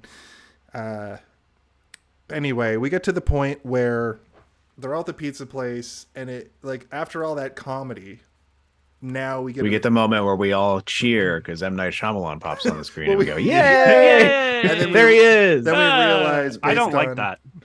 You don't like it? I don't like self-insertion that much. He does. I him think and- it's become And a you can clip staple. Yeah, I think it's a staple of his movies, and I get excited when I see him. Like when I saw him in Cabin of the Woods and he was like selling air fryers on TV, I was just like, yay, there he is. He's on an infomercial. See, yeah, I don't mind that. I don't mind that or like a Stan Lee cameo, but it's like, I wish he had kept Yeah, up. he is a pivotal character. He in eats this movie. chicken wings in all 3 of the Unbreakable movies, and I wish he would have kept that up. He doesn't eat chicken wings in all 3 of them. Or well, at least Split and In Unbreakable, he's like a and Mr. drug Glass. dealer who Right. like is trying to wanna buy sneak some drugs wings? into it. Yeah. at least Split and Glass. When he showed up in Old, I was like, why isn't he eating chicken wings? Thought that was his thing now. He just has, That's he his just whole has thing. barbecue sauce. he's the on his twist lips. and chicken wing guy. Yeah. But it is a moment where you're like, oh, there he is, and then you realize through context clues that he Is that fucking him? killed the wife.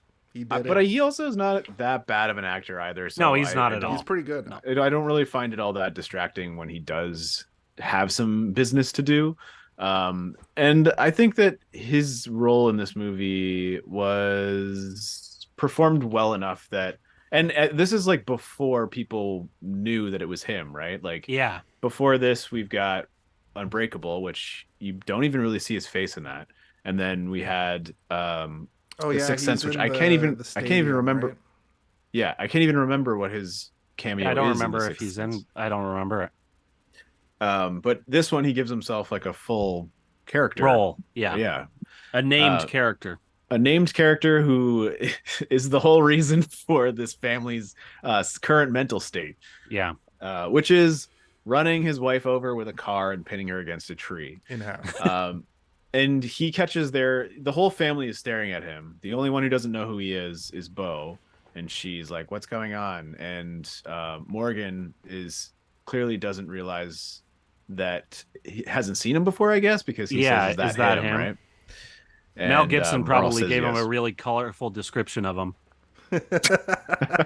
And he just saw the only brown guy in town get into a car. He'd be like, that must be him. I know what you meant by that. I remember him from the stories. Yeah. And you get the sense that Mel Gibson is still not, obviously not come to terms with it, but he's also very much not come to terms with the fact that this is the man who did it. And it's obvious in this tension that they haven't spoken to each other yet. From both of them. You get it from M. Night Shyamalan and Mel Gibson, where they meet eyes and it's like, it's awkward as M. heck. Night Shyamalan kind of mad dogs him a little bit too. Yeah, A little When he's bit, getting in yeah. the truck, he's just like, Oh. you want to be next? You know what I mean? Like, Revs his engine. Don't take any late night walks there, I couldn't. father. I couldn't help but feel. He pretends to fall asleep at the wheel and drives into the pieces. Yeah, he's getting into his I fell truck asleep. with a clear bag full of NyQuil. Oh my god. Oh man, I couldn't help but feel though that they did all that comic relief stuff to have this moment feel Yeah. Even weightier. more heavy. Yeah, and Yeah, it to works wrench, though. wrench your heart a bit more. I went Yeah. out loud while I was watching the movie, so it worked. Yeah. They go back to the farm. There was a moment earlier where the sheriff shows up and Morgan's playing with the walkie-talkie, and she's kind of like, "One day you'll work up to the walkie-talkie, but for now you get to use the old baby monitor." And when they get back, the baby monitor starts reacting, and they think that it might be the aliens. And then Morgan or Meryl starts to describe. Also, by the way, that's not what happens at all. I just want to be clear. What do you mean? She tells him about baby monitors. She doesn't give him a baby monitor. No, she says She you'll says work up to you it. can use a baby monitor. Yeah, that's and then 'cause- you get it. Yeah, But then then off screen he goes and digs it out of the basement or whatever, and he's like, I went down to the basement. Jason didn't Which is- say that she comes to him with like a mahogany box and opens Yeah, it. And she it's a has like baby a bunch monitor. of. It's No, like that's a not- mahogany that's not what You know what I baby mean? It's monitor. like a training knife. Until I know, it gets but his real there's thing. an important detail, which is that he finds it in the basement, and that's the reason that he's Right. able to navigate the basement later on. Oh, okay. I just wanna- Sorry. Just wanted to be clear. Keep me I honest. want to make sure that Steve keeps me honest. But my point here is that Meryl describes incels 15 years before incels are a thing. yeah. Before the term was created. Yeah. He basically That's says such a cute line. he basically says that they're nerds who study Greek mythology and they love making up secret societies, which is kind of what a red pill thing is because So that other nerds who also didn't have girlfriends can join the secret societies. Yeah. Yeah. which I loved. In 2002, that's incredible foresight because I feel like there were nerdy people acting like that. Yeah, then. that's the Marvel community now, like you were Yeah. talking about in the thank yous moment. That's what Marvel fans have become. They just gatekeepers. Yeah. Yeah. You can't like this.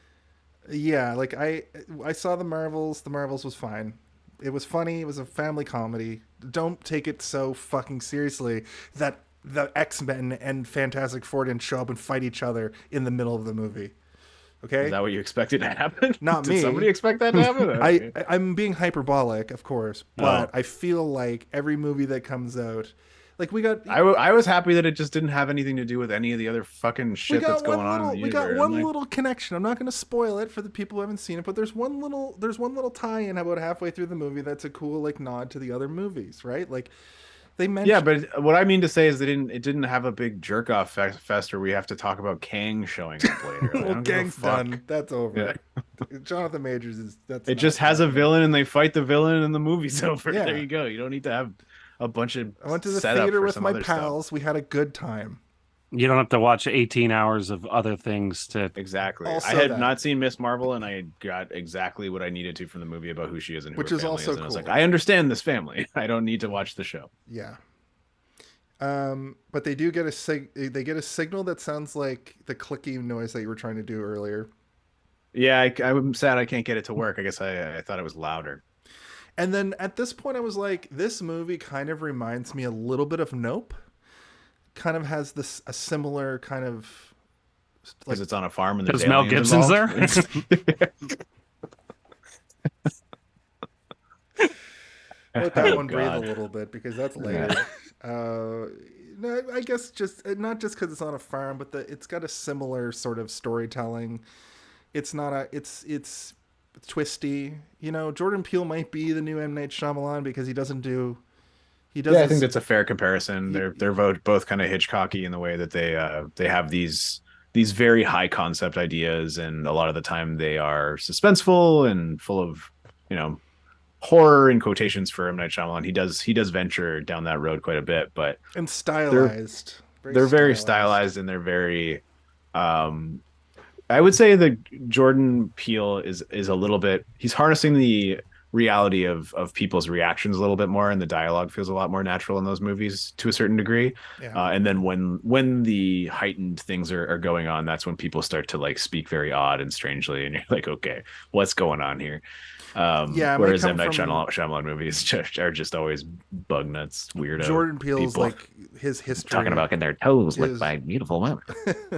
he wrote sketches for the majority of his career and then transitioned into writing films and is doing horror in a unique way from a different with a different voice. M. Night Shyamalan has a very he's got a very specific voice and a very specific vision that's different. But I thought that these two movies, like, they had similar beats, they had similar messages almost. Maybe not messages so much. Maybe. Yeah, who I knows? get what you're saying. Yeah. At any rate, that night the dog is freaking out. Isabel, you're gonna feel Again. very silly when this is all make believe. Almost talking to himself as well. I believe that was Graham that said that. Yeah, it's so, again, it's one of those moments where you're like, I talk to myself sometimes and I talk to my pets and stuff, obviously, but I don't think I've ever said to an animal like, you're gonna feel really silly when when you find out that this is make believe. So That's many true. things that That's- to an animal I do that. I do conceptually. that to my cats. But that's why I pointed out that it's like he was talking to himself, because For this sure is when he he's was. going. We get a great like sequence of him like getting a old timey flashlight. Well, I guess old timey for the 80s, not the really old timey flashlight later in the movie. He gets a flashlight, one of the big ones with the big block battery. He goes into the cornfield. This is where I want to go watch the movie again. I don't know, Alex, you've seen this movie a bunch of times. Yep. Steve as well. Is there anything else than what is obvious here? No, I don't think so. I think it's Like, specifically there's one done that. alien and that's it in this whole moment. It's specifically meant to, you're not supposed to see anything, so they're not going to sneak stuff in there for you to see. And the one thing that they want you to see is the thing they show you, because it's Right. creepy as heck. Especially like the fact that it's a leg is so weird. Like it's like, and it's a strange looking leg, and it's obviously there's no clothing or armor or anything, and it's like the way the leg is positioned is almost like it's wearing like a high heel. Like it's like, in like The Nightmare Before Christmas when the leg is coming through and Yeah. it's almost like a lady's leg. There was also we forgot to. I don't know if we were still talking. Were we in the town when I left the room for a second? Anyway, the army guy, he was mentioning that like the way these aliens have started to appear was more like them doing reconnaissance. Yeah, like they're scouting or whatever. Yeah. So they're We not talked about that, actually yeah. trying to do any damage. They're just looking around. They sent their scouts essentially, and that's what this whole sequence kind of felt like too. Like he caught a glimpse of one of the scouts who was living in the corn or in a spaceship just right above the corn, and he's chasing him in, and the alien's just there doing reconnaissance, because when the aliens actually start fucking shit up, they're pretty intense. Like they're pretty crazy. Yeah. But at And this they're point, they are not quick to fear. They're not, yeah, they don't stand down. they're not stupid. Also, which Yeah. when the one that's caught in the pantry might be like kind of like with how bees are all drones, but some of them are a little bit smarter because they have to do a higher function. This might be a situation with these where the scouts are drones and they are dumb. They can't like figure out basic like doors and stuff. How to use a door? Yeah. But then later, the aliens are literally like tricking them by knocking on the door and trying to find alternate ways for in, sure. right? Like, so this moment was like a cool little, but it also this whole sequence plays as like the horror, like one of the scariest parts of the movie. Because when you see that glimpse of the leg, I rewound it a couple times to like desensitize myself to it. Yeah. Because the first time you're like, ugh. And then you were like, is it really that bad? And then the second time I was like, ugh, again. And it's really It's really It's a interesting. weird, it's creepy. It's definitely Alien. off-putting. It's an alien's leg. I wrote And down. I also, I was just gonna say, I wrote down at this moment, I better not get jump scared. I don't Well, think there I are any remember jumpies. thinking like when he's tearing ass through there, just how fast they can be, right? Like we've seen how physically capable, at least agile they are.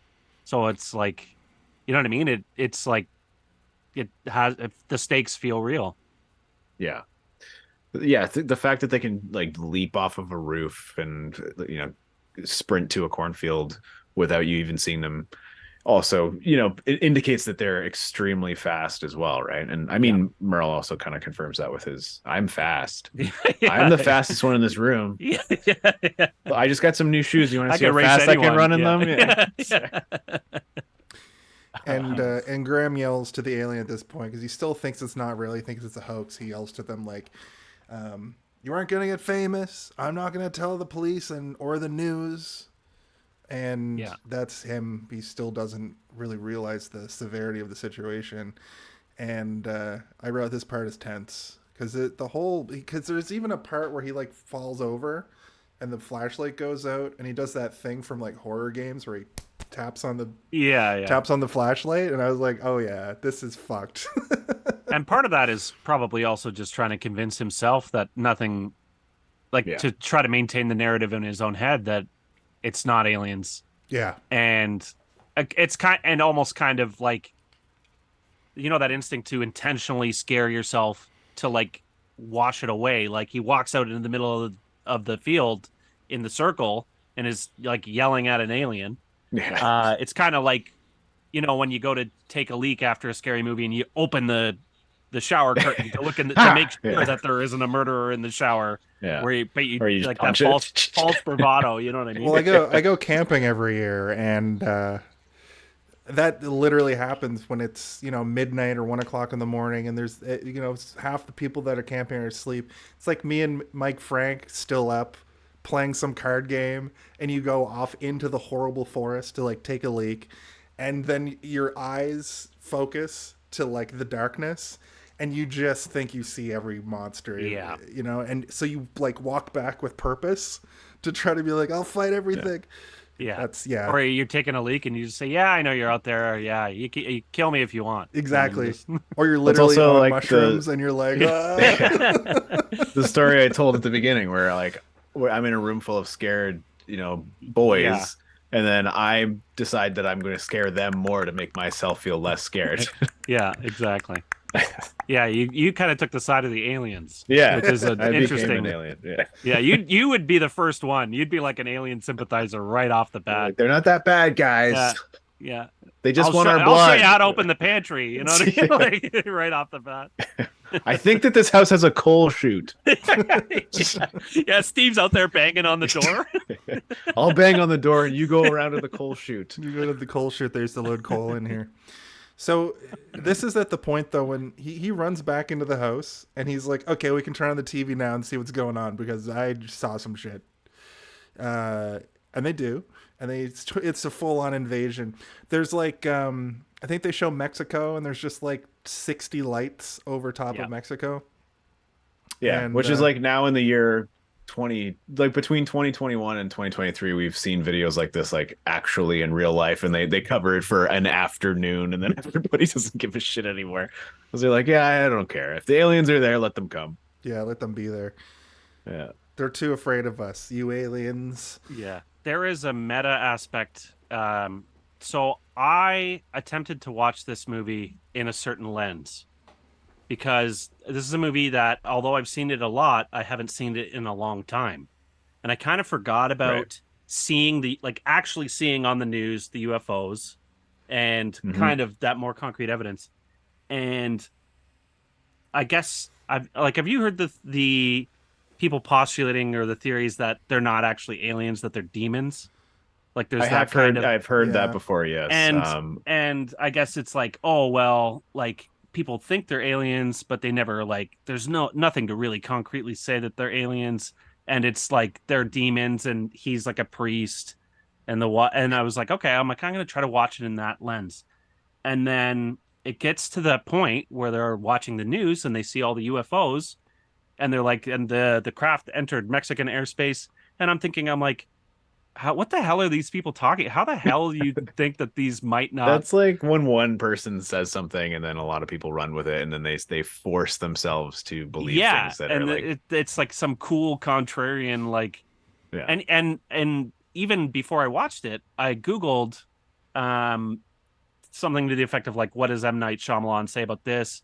And he says something along the lines of like, oh, it's like it, you know what I mean? People see things they can't explain, and everyone that just jumps and expects that it's aliens, and they put this label alien and all this. I'm like, but then you put UFOs in the movie. Yeah. Right. Yeah. So, like, but that even could be him hearing that theory, right? And like obviously people will lean into religious imagery because the movie is about a man who was a priest and has lost his faith, so they're going to be able to find things when they're looking for it.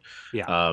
But I mean, also let people have their wild theories, I guess. Like, I guess who am I to say you're wrong? But like, and that's how I tried to watch it also agree until I with saw you, though. UFOs, and then I was like, I don't think Yeah. demons have UFOs. Also, Crandance in the chat would like to know what movie we're talking about. Oh, we're talking about The Rundown, starring Dwayne The Rock Johnson and the Sean movie William you were Scott. supposed to come on and watch with us a couple months ago. I think just my theory is that in our reality, the UFOs are a myriad of things, ranging from weather to classified technology. To, you're talking about in reality, like our reality? Yeah, what all these like Oh, God. aliens are. I don't think that beings from another galaxy or dimension have ever been here. And if they have been, I think they're smart enough not to fucking show themselves. Yeah. You know, a prime directive always comes to my mind when I think about alien invasions. And it's like, if they're smart enough to get here, I don't think they're just going to immediately be like, hey, guys, we're here. Unless they're going to Mars attacks us. Yeah. The other thing is, though, you think about it, and do you send your smartest guys first? No, you send a monkey or a dog. Remember Russia sent a dog to space? Yeah, Laika. Laika was the dog's name. Or if it's Fire in the Sky, you send like barbarians. Yeah. Which is kind of what these dudes. No, those guys were garbage men. Garbage boys. They were perverted truck drivers. They wanted, Let's get a human. They were exiled from their colony for being perverts, so they go pervert. Yeah. Put on some clothes, goddammit. Well, at the end of this movie as well, they say that they were taking people, right? So that you're never going to figure out why. It's just like, I guess that also plays into the demon theory where it's like, this is the rapture or whatever, and they're taking people to hell. But that's a good. I've heard that theory before. I like that you watched through that lens.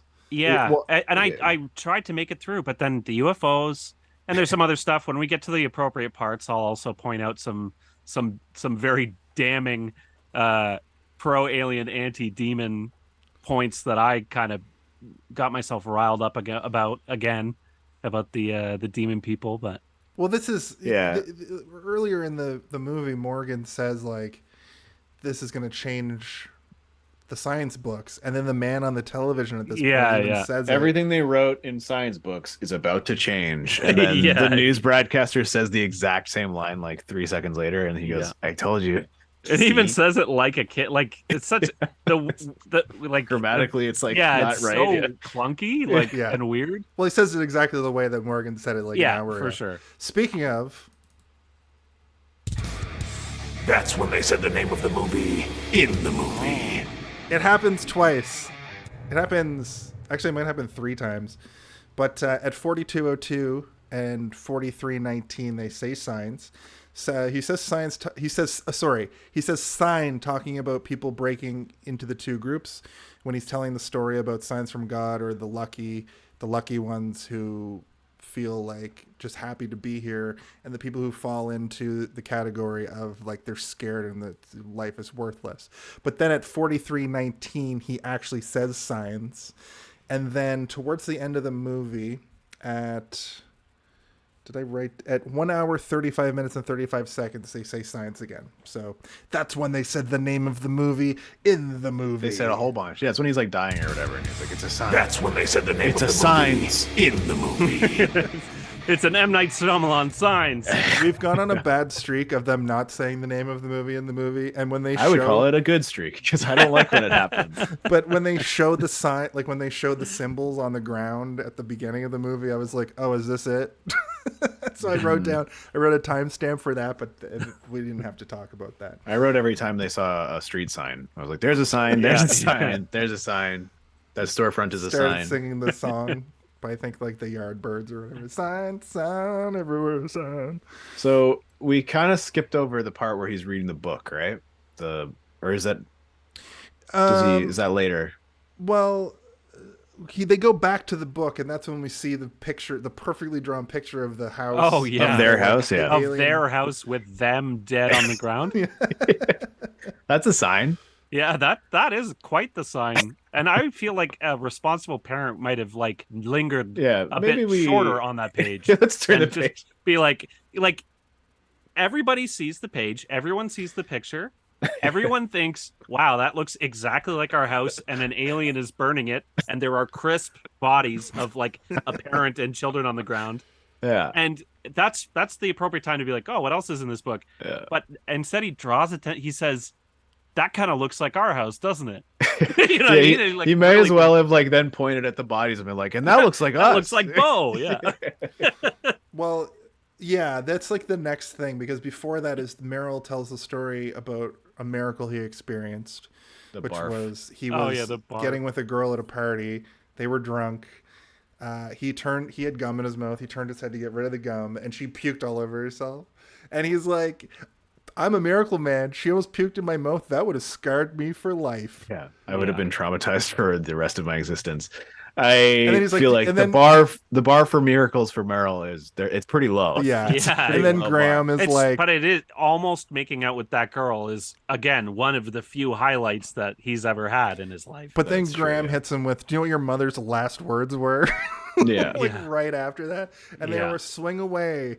Which would like they posit that she was in her final moments, some synapses fired off, and she was like brought to one of his games, which was kind of sweet but dark and weird after he tells that puke story. His delivery is like, yeah, well, she said this, and it's a chemical thing, and it's all bullshit. Yeah. Like you know what I mean? He's very shut downish about the idea of signs of something greater, where it's just like at the time he's like I think he tried to find meaning in it, and then in the context of that conversation he's like, but it's all just random noise that means nothing. Well, I recognized in that moment the point of their juxtaposition between a miracle person or a lucky person and a fear person was, without saying it, just telling that story about those final synapses, is he's a fear man. Graham is a fear man to the bone. He feared God, and now he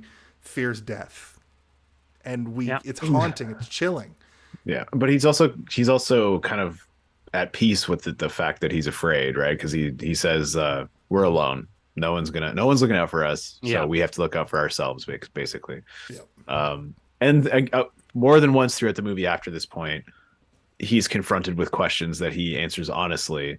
And almost always those answers, people are looking for comfort from him, and he's just being blunt. Yeah. Even in that conversation, he's like, some people think the world's going to end. Do you think that's true? Yes. Yes, I do. And then later when they sleep through the night and wake up, he's like, you didn't think we were going to make it through the night, did you? And he's like, nope, I really didn't. I thought we were all going to die. Yeah. So we get a flashback here to the night Colleen died. I also wanted to mention it funny that when they argue over which tape to tape the news on. Yeah. It's just like, I'm gonna use your tape, Uncle Merle, and it's just like it says swimsuit special, which I'm like, what does that mean? He just obviously taped some. It's like a Miss America contest or something. Exactly. Yeah. The Sports Illustrated used to put those things on TV that were just like a woman, remember Wild On? We were 14 at the time. You're with the fucking Jason, demographic. We were having sleepovers in basements. You weren't watching the infomercials where it's like, get out your tongue. Yeah, we weren't in rural Nova Scotia. We had a lot with going the perverts on. We were in rural Brampton. we come from a similar place. Is my Yeah, I point. know. I'm just teasing. No, that's funny. I knew what a swimsuit special was. I felt like, oh, I yeah, mean, I got it. I had an image conjured in my mind, but I Yeah, was like, it's what is just- it? Could be anything. I don't know. What Yeah, that is. because it's just something came on and there were some babes in swimsuits, Yeah. and he ran and grabbed a tape and recorded it and was all excited, and then exactly he got out a marker the and like, vague the you know what vagueness I mean? of it is where the comedy lies, right? Where it's like it could mean a Miss America contest, or it could just mean like a volleyball game is Yeah, on or anything something. really. Just it's just they're so close to taping over the ballet recital, Yeah. and you're weighing the importance of this precious moment Yeah, that is You'll never get super back. important. You'll never get Yeah. back. It's so Especially important where to the family. Morgan keeps saying, like, this thing on TV, you're going to want your kids to remember it. And Well, Bo is exactly. like, well, I want my kids to remember me Yeah. having a ballet But then recital. Morgan makes a kind of a valid point where it's like, this is the most important thing that's ever happened, Yeah. and we have to document it.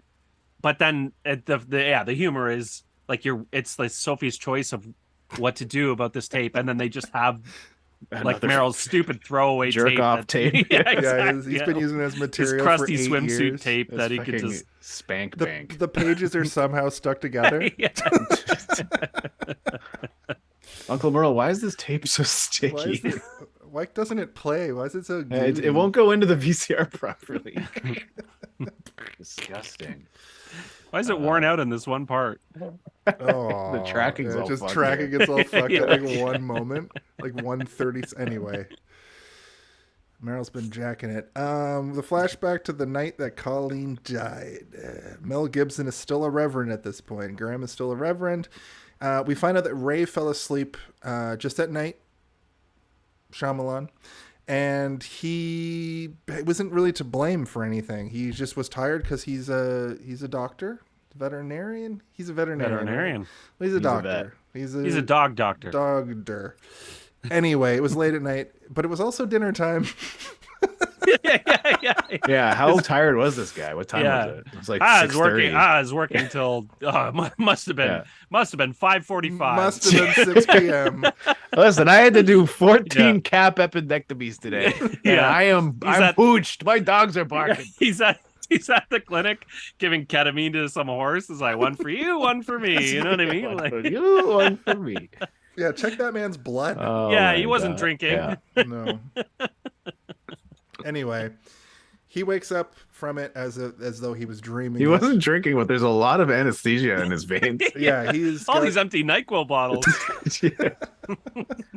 He's like, if you drink enough NyQuil and you force yourself to stay awake, you really trip out and see some crazy shit. And then you Yeah, borrow I had this old crazy dream Meryl's. that I drove into this woman and pinned her to a tree, and then aliens showed up. You drink enough NyQuil and borrow old Meryl's Oh, fucking man. swimsuit contest video. Yeah. You see some shit. Yeah. So he runs downstairs, or he runs over. He goes into Meryl's in the closet with the TV now, bloodshot eyes, just watching the invasion happen. He talks about the bird hits the cloaked ship and stuff. Yeah. There's a I actually wall or wanted to something. I wanted to talk about this a little bit because this is one of those examples of, there's a rule in filmmaking where you show and you don't tell. And there are examples where that is the case is opposite. Yeah, they and I would tell say a that lot in this movie. Yeah. this is a lot of moments in this movie are told to you. But the visuals that they evoke are really powerful because I'm still convinced that there is a scene in this movie where you see a bird hit an invisible Yes. thing on the news and falls. Yeah, That because he doesn't even just happen. points at it he points and and he's goes like, oh, there's a goes like bird that. here. Yeah. Yeah, and he says they've been showing it all day over and over again. They found the bird and its head was crushed. And like, there's a few other movies where this happens. There are people who swear that you see the head in the box in Seven and you don't. Yeah. And this is one of those moments where I'm like, I watched it this afternoon and I watched it on Tuesday and I'm like, I swear you see the bird though, right? Like, You're even looking today, I for was like a little yeah. pixelated bird. But I have like the image in my mind of this thing falling. And what they do show is how horrified and terrified he is. Yeah, he's freaking out. And there's a couple of other moments in this movie where I have memories of things that occur, but it's not, you don't have those things. It's just the movie is does such a good job of describing things through people's emotions and the way they're reacting to them, that you don't need to see them and you're feeling the same thing that they are. Which again is just sort of a good example of M. Night Shyamalan's sort of magical powers as a filmmaker.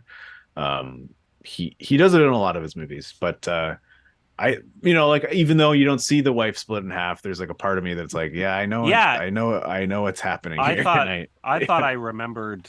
Oh yeah, Seeing I guess I don't remember them falling like in two reversing pieces. the truck. Yeah, but like you but I must almost have imagined it very vividly when I was a kid. But you just imagine that the reveal of the wife is a lot more gruesome than it actually is because of the amount of detail that the officer gives in describing what's happened to her. Yes, and she gets the hot dog out and everything. Yeah, and the taco, breaks it in half. I kind of want to watch that movie after watching this movie. Yeah, honestly. you should.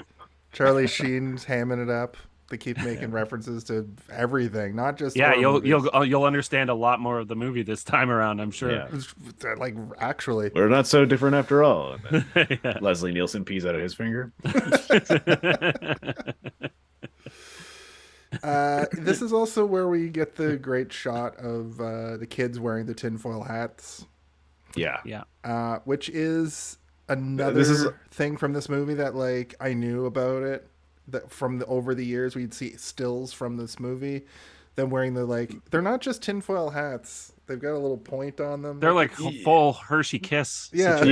It's definitely a part of the iconography of this movie, where when you think of this movie, you think of very specific shots, and the field with the sign in it, them with the tinfoil hat, and the glasses of water.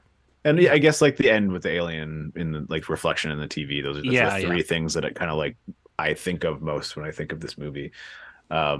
Also, some of the funniest lines in the movie are in this sequence, split directly in half by the horrifying image in the bush, which is the more we talk about it, the more I'm like, that's pretty funny too. But he's like, what are you reading? And he tells him that it's the book. And he says, who wrote it? And he says, scientists who've been persecuted for their theories. So unemployed scientists. Yeah. And then he's when he says that, the snarky comment in Rebuke, it's like he almost like doesn't let him. He's like, well, I'm not gonna let you read it if you're gonna make fun of it. Yeah. Okay, if you're not gonna take this seriously, then just go and get out of here. It's very mature. Yeah. And then he makes fun of the scientist's name, which is, I can't remember what it is. It's like Mr. or Professor Mookie or something weird. Yeah. It's like it doesn't sound very very professional sounding, but again, like Morgan just like gives him daggers, like, hey man, just give me a second and we'll read it together here. They determine the aliens also are like either explorers or they're hostile. And that sort of comes up in a little bit where it's like, if they're just exploring, then that's fine. They're here to just look and leave. Yeah. If they're hostile, they're going to attack. And if they lose, they're going to leave and come back with a bigger army. That's like a little bit later that they actually get to that point. Yeah, hundreds, perhaps thousands of years from now. Yeah. So either way, we're screwed, essentially. But what happens here that I found really interesting, there's not a lot of real jump scares in this movie.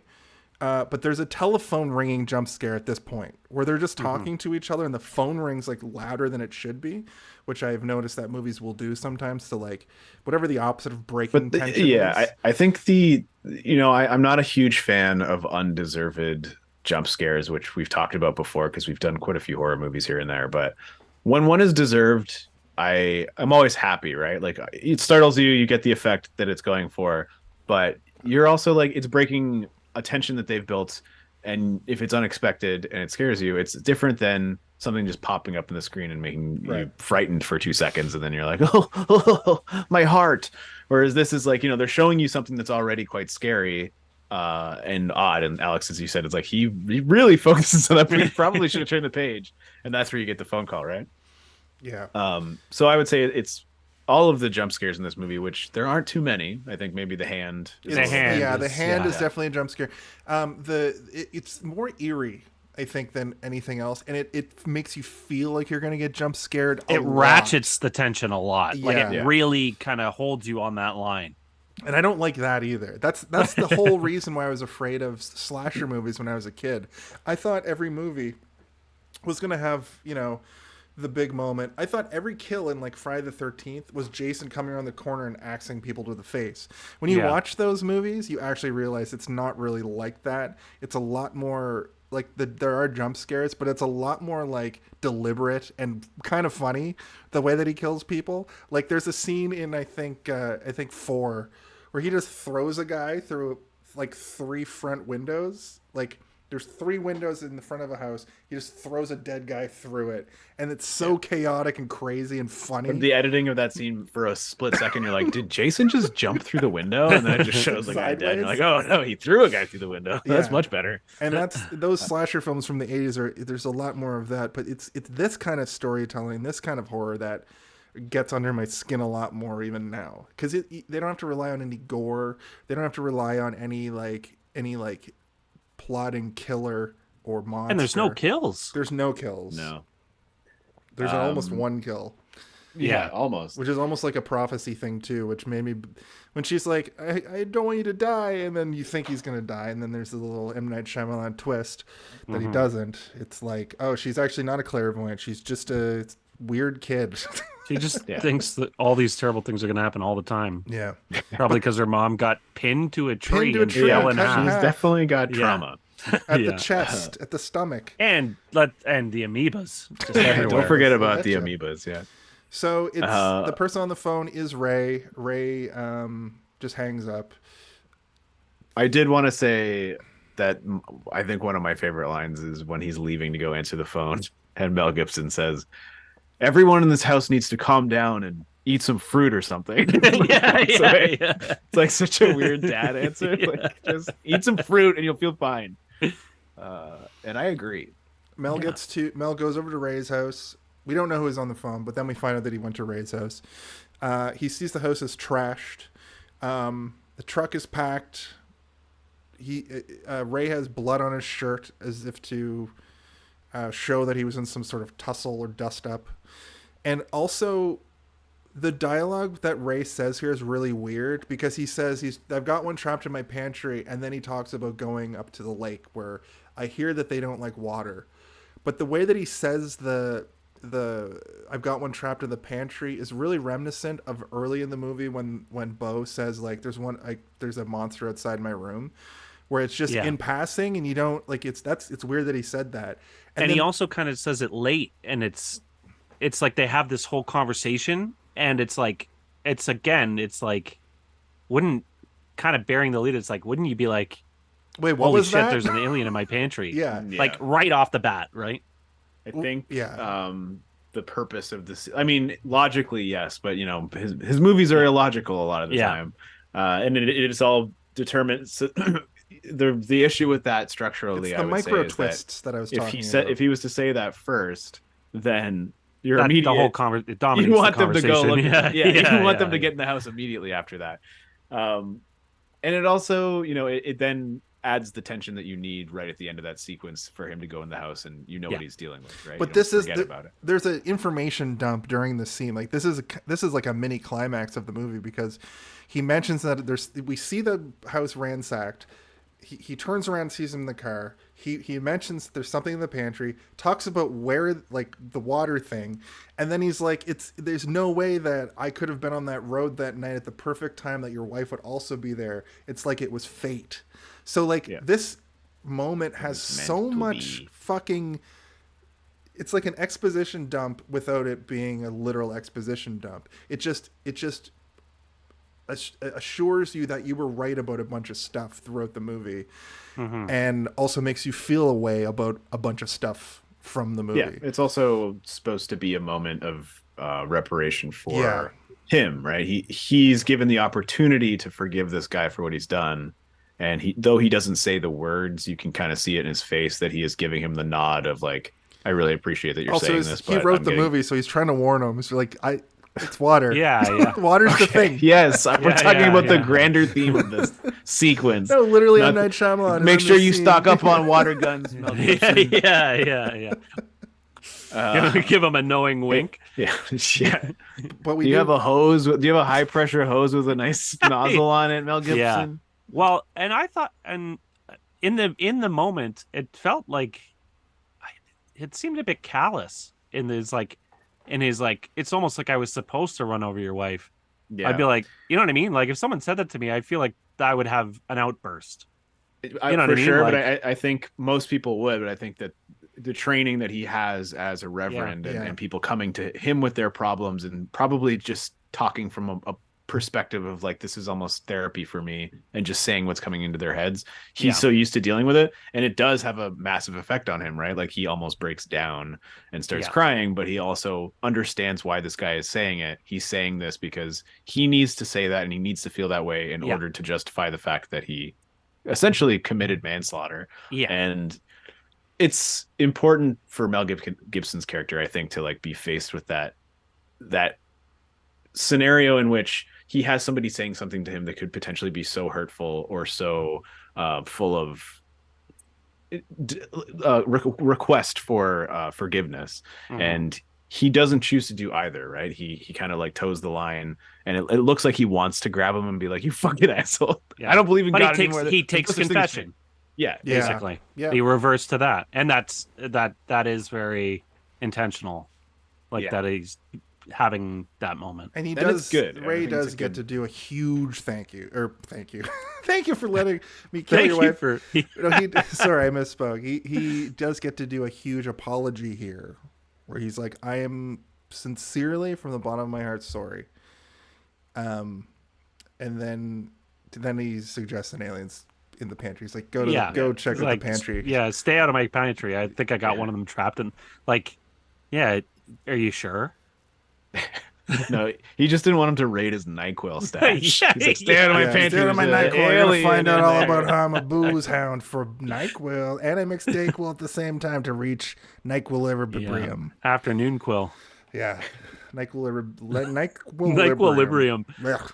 It's hard to say. Before we do get into the house, though, we do get the sequence that I think a there's lot a of back people, and forth when we were here. kids, this was the scene in the movie that like everybody talked about in the schoolyard, and everybody was like, "You see signs? Holy shit!" That part with the news broadcast is the wildest thing I've ever seen in my life. Nowadays, it's like, okay, you know it's coming. I guess it could still be pretty freaky if you don't know what you're about to see. It was really cool looking found footage from my point of view, who had never seen the movie before. It spooked me when I watched it.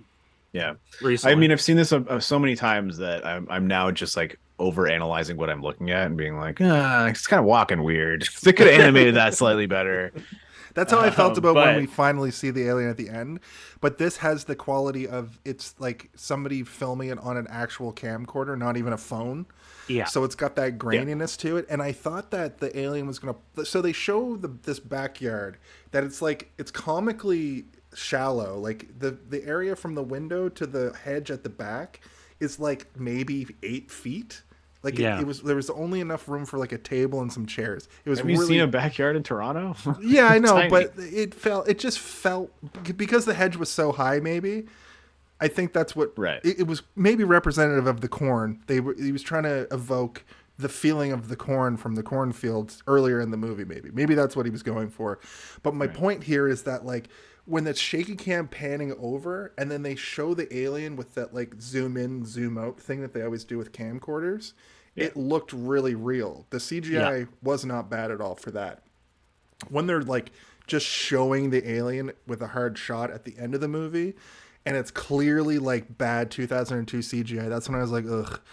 They only do that once though in that that's entire true. sequence. That's true. They show the alien mostly in reflections, which I thought was a good way to get around it, but I don't know why they wouldn't just like do they had to show mix the of practical... water. They had to show the water burning it, and true.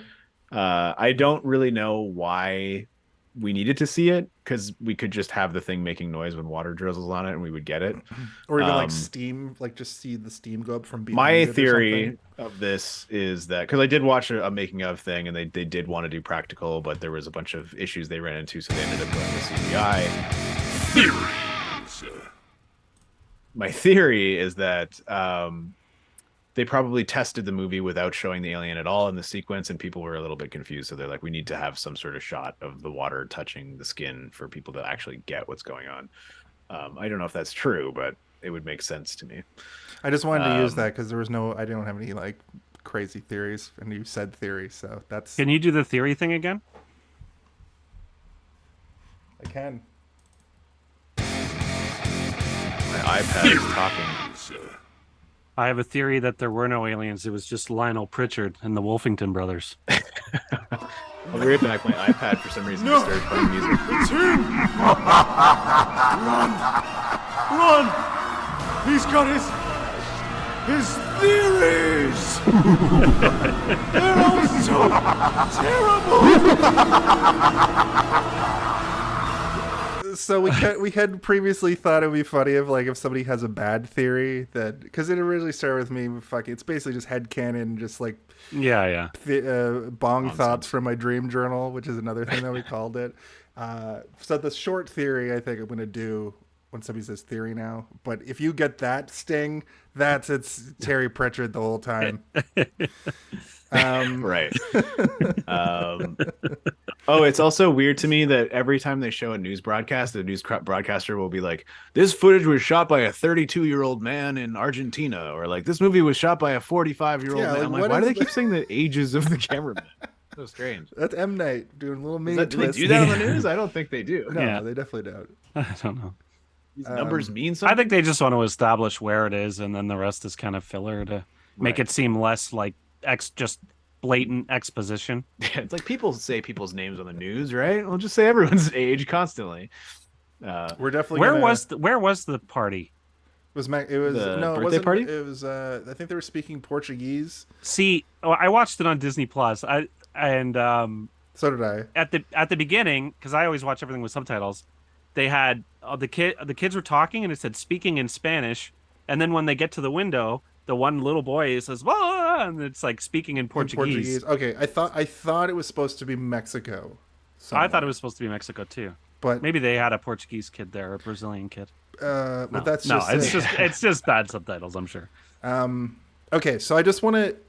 We're 10 after the hour. We're gonna go way over. So buckle up. Is that cool with everyone? I'm buckled. Cool. We're also close to the end, so I think we're going to be able to gloss over some stuff towards the end, and we've talked about a lot of it already. But anyway, we definitely have a moment here where Mel still thinks it's a hoax. Yeah. Graham still thinks it's a hoax going into the pantry. The host has been ransacked. I thought it was ransacked. I didn't really put it together. Just a fight. He fought the alien. Pushed him into the closet. We get a really funny thing where he's pretending to be a police officer because he still thinks it's a person. So he's saying like, "You'll get off." He took him downtown in a paddy wagon. Exactly. Hedging his bets that it's either an alien or Lionel Pritchard.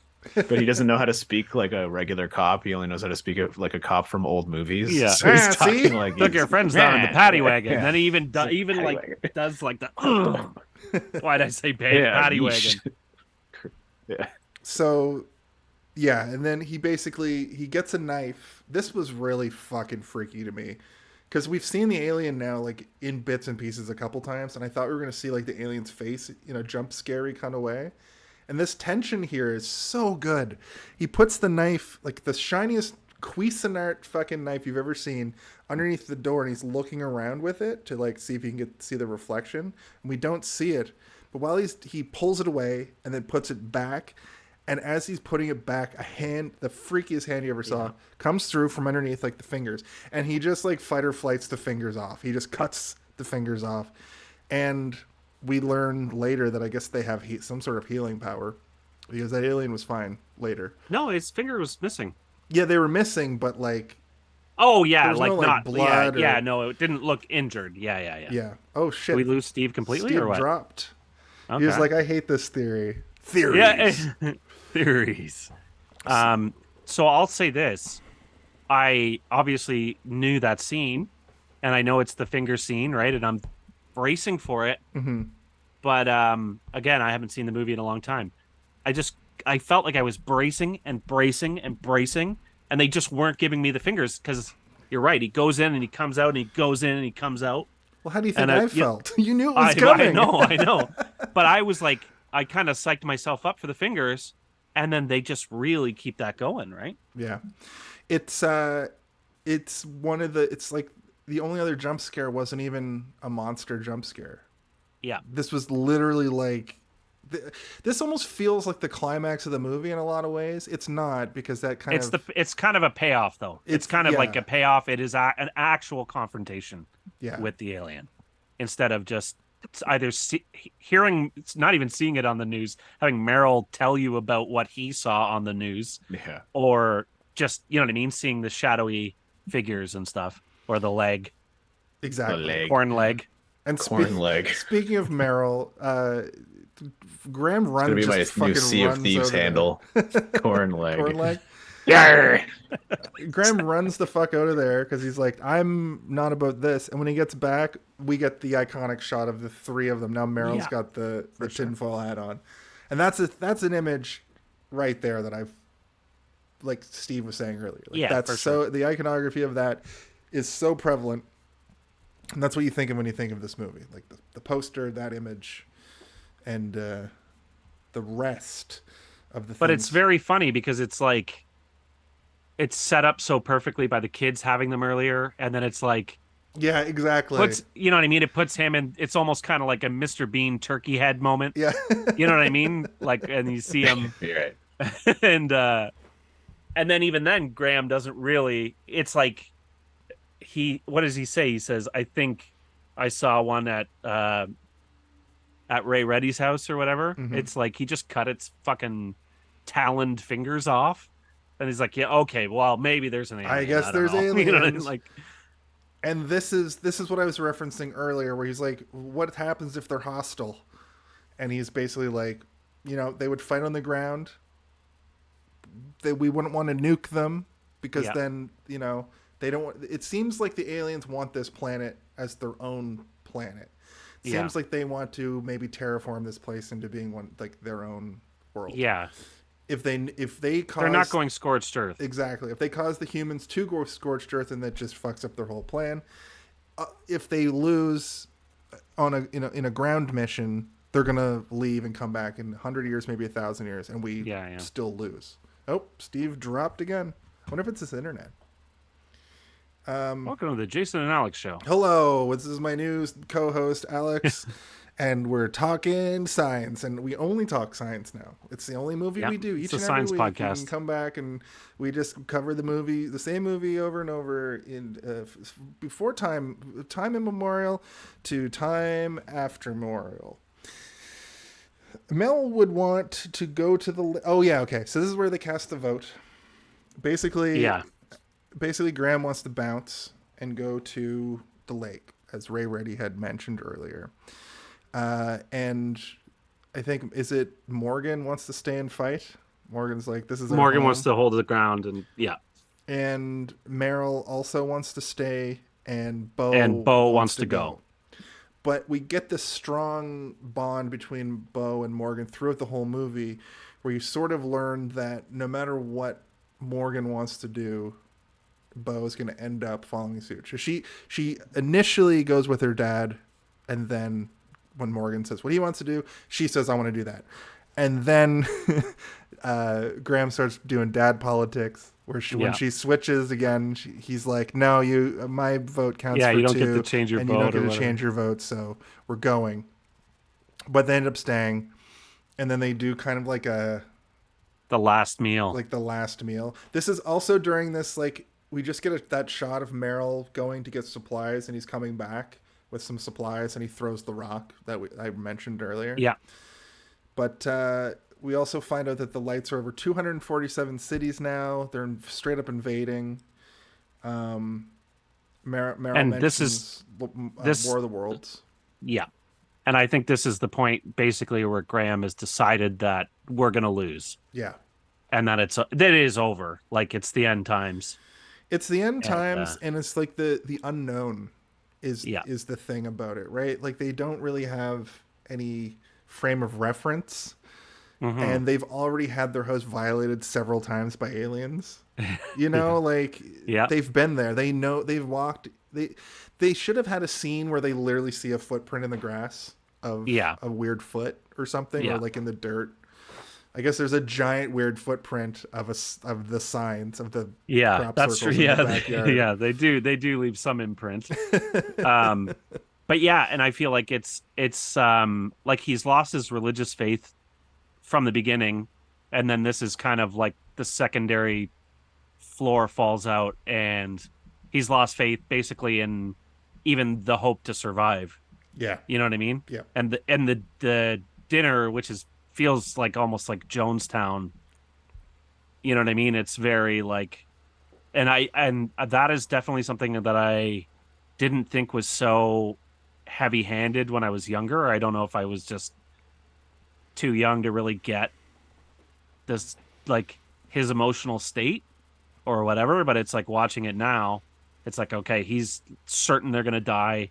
He's just trying to have a comfortable death for his children. Yeah, they with a tear in his eye and a smile, after they're literally boarding up their house, he brings up the concept of the final meal, and he's like, Yeah. "What do you all want to eat?" And they go around, and Bo wants spaghetti, Morgan wants French toast and mashed potatoes, Yeah. Meryl wants chicken teriyaki, and Graham wants a cheeseburger, extra bacon. Yeah.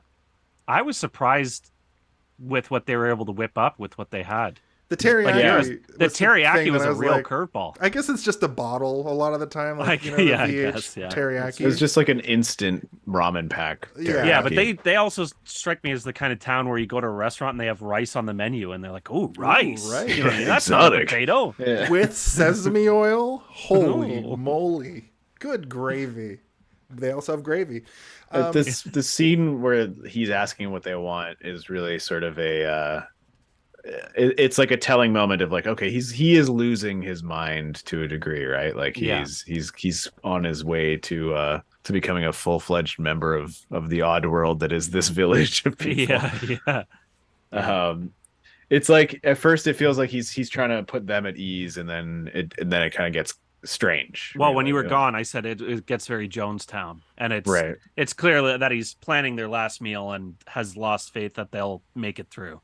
Right. Okay. Um, I was going to make the same connection, but I'm glad you did it. yes. And then we already spoke about the rage Dinner. building, which is, I think the most touching moment for me in terms of like the effect it had on me emotionally. I was like, wow, God, I'm sad. This movie is working. Yeah.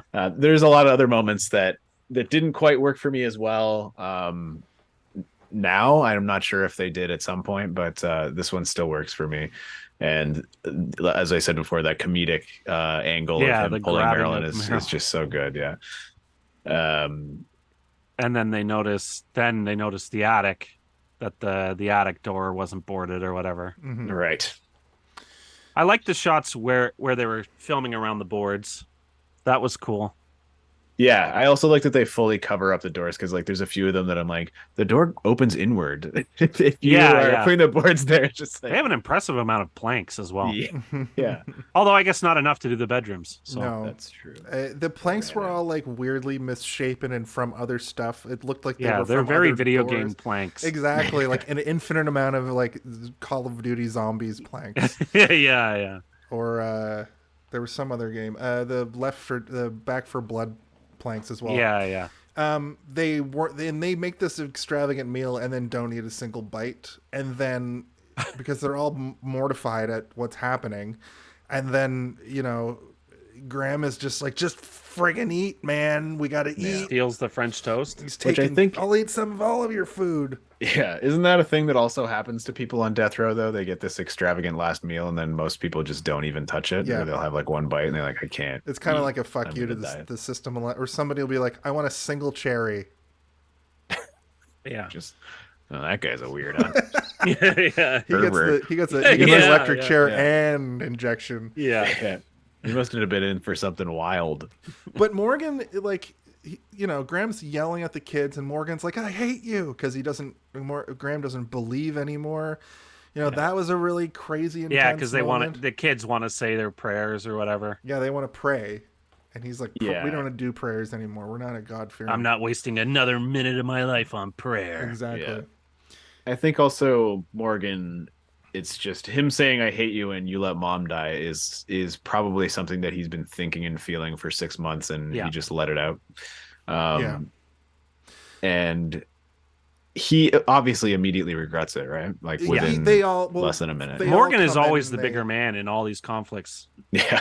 Yeah. He's far more mature Graham. than anybody No, he else on is. this Like farm. anytime there's tension, Morgan's always feels like he's always like the Morgan is the hold up.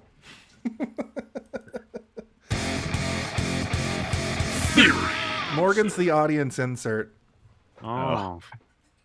Jeez. I don't know if that's a theory.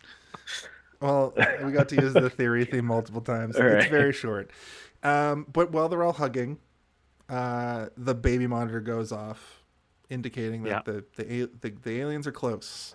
And also, they go to check the TV, and it's off air. It's showing that at 5 a.m. in the States, they've got that weird thing, the Fallout thing. Yeah, which we just had what you just did, just the lines, bars, yeah, and we get that Color sign bars. off. But I think in the States they get the sign off, and then that pattern. I don't think we get that anymore. This is one of those Do moments channels when go you off air stops, anymore? Yeah. No, this is What's one of a those channel? Things, yeah, exactly. This is one of those things where like people YouTube channel. Yeah, Gen Z and Gen Alpha are gonna see that and be like, "What is that?" Like every channel on television just plays 24 hours a day. Yeah. Now. I'm gonna start when we're not doing our show. I'm gonna just put the bars up 24/7. Yeah. If that was made today, they'd go out there and they'd be like, "Look!" and like a Kitchen Nightmares rerun is on or something. The end of the world. Hot Ones is just on. We got aliens here doing the bomb. Oh, and this is the point where Meryl calls him Graham, and this is the first time in the movie I knew his name. Oh, there you go. I wrote his name is Graham, finally, but I spelt it Finmally. Because when I'm trying to type and watch a movie, I'm just like mashing the keyboard. I always think I'm going to have a short way of writing words, and then I tried that, and I was like, "What does this mean?" And you guys knew, but we knew we knew what you were talking about. Yeah. Why did I just write soda? Yeah. So we get a really sweet moment where Graham tells Bo, the story of when she was born. She was like the most beautiful baby, and she was smiling, which is a weird thing, as babies don't smile when they're born. And I was like, that's paranormal. This kid is a telekinesis child. Also, if a newborn baby was smiling at you, it would be horrifying. I think. Like, but she was it's like a baby laugh smile, not like a full tooth grin out of the womb. Like, hey, daddy, it's scary. I don't know. Yeah, babies frighten me. Human-sized I'm here. teeth. It just looks like a fish with teeth. Yeah. Also, this part sucks. I bet if you go onto that website that is like, does the dog die? This part is probably mentioned for this movie. Oh, yeah. Well, the dog dies for sure, yeah. But we get that, like, and I'm not saying that it's not open to interpretation. It's just a shitty sound. The sound design comes in clutch. It's not disturbing, though. Like, it is obviously disturbing to a degree, but it's not like... There's sometimes when you hear it's an not animal like being earlier killed. when they stabbed the dog. Yeah, that's more disturbing. It's not like the other dog kill in the movie. Yeah, but there are dog yelps and sound effects in movies that make my stomach turn, and I'm like, oh my god, you can really hear the pain in this thing. Yeah, I think they might have toned that sound effect down a little bit because it wasn't as disturbing as like the deer in Get Out making those like, which I believe is just Jordan Peele making sound effects with his mouth. Probably. Yeah. So the dog clearly gets fucking eviscerated by the smart aliens. And then, so I have to ask you guys a question that that kind of comes up around now. I think this is the time for this. If you had to pick one, what do you think the Home Alone when is the Home Alone of it all? Can someone please tell me when the Home Alone I really gotta know. When is the Home Alone of it all? What is the Home Alone of it all? Now that's the Home Alone of it all. Alex, I know you've seen this show before, so you might be familiar with this concept. But if you're not, the Home Alone of it all is the idea that in every movie, there's a moment where, much like in the movie Home Alone, where Kevin McAllister slaps down the blueprint and says, "These wet bandits are coming. I'm going to put up a bunch of traps for them." And that's the part of the movie you want to see. what's the version of that for this? What's the Home Alone of it all for science? Now, I'm going to say, what did I write down for the Home Alone of it all? I'm going to say that the Home Alone of it all was when the aliens start creeping around the house right around now. Right around now is like they've got the house boarded up. They're ready for the aliens to come, and they're hunkered down. What do you guys think about that?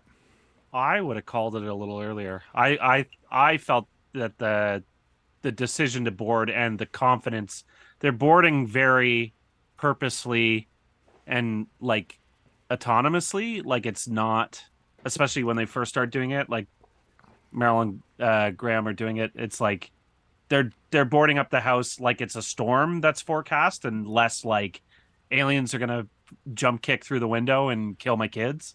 You know what I mean? Mm-hmm. Yep, that's a good.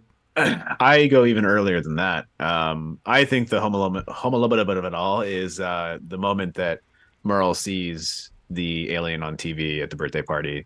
Okay. Specifically because you see the alien for the first time, and then we cut to Graham fucking with the alien in the pantry, and then that is when it kicks off to like, what are we gonna do? How are we gonna deal with this? Do we go to the lake? Do we board up the house?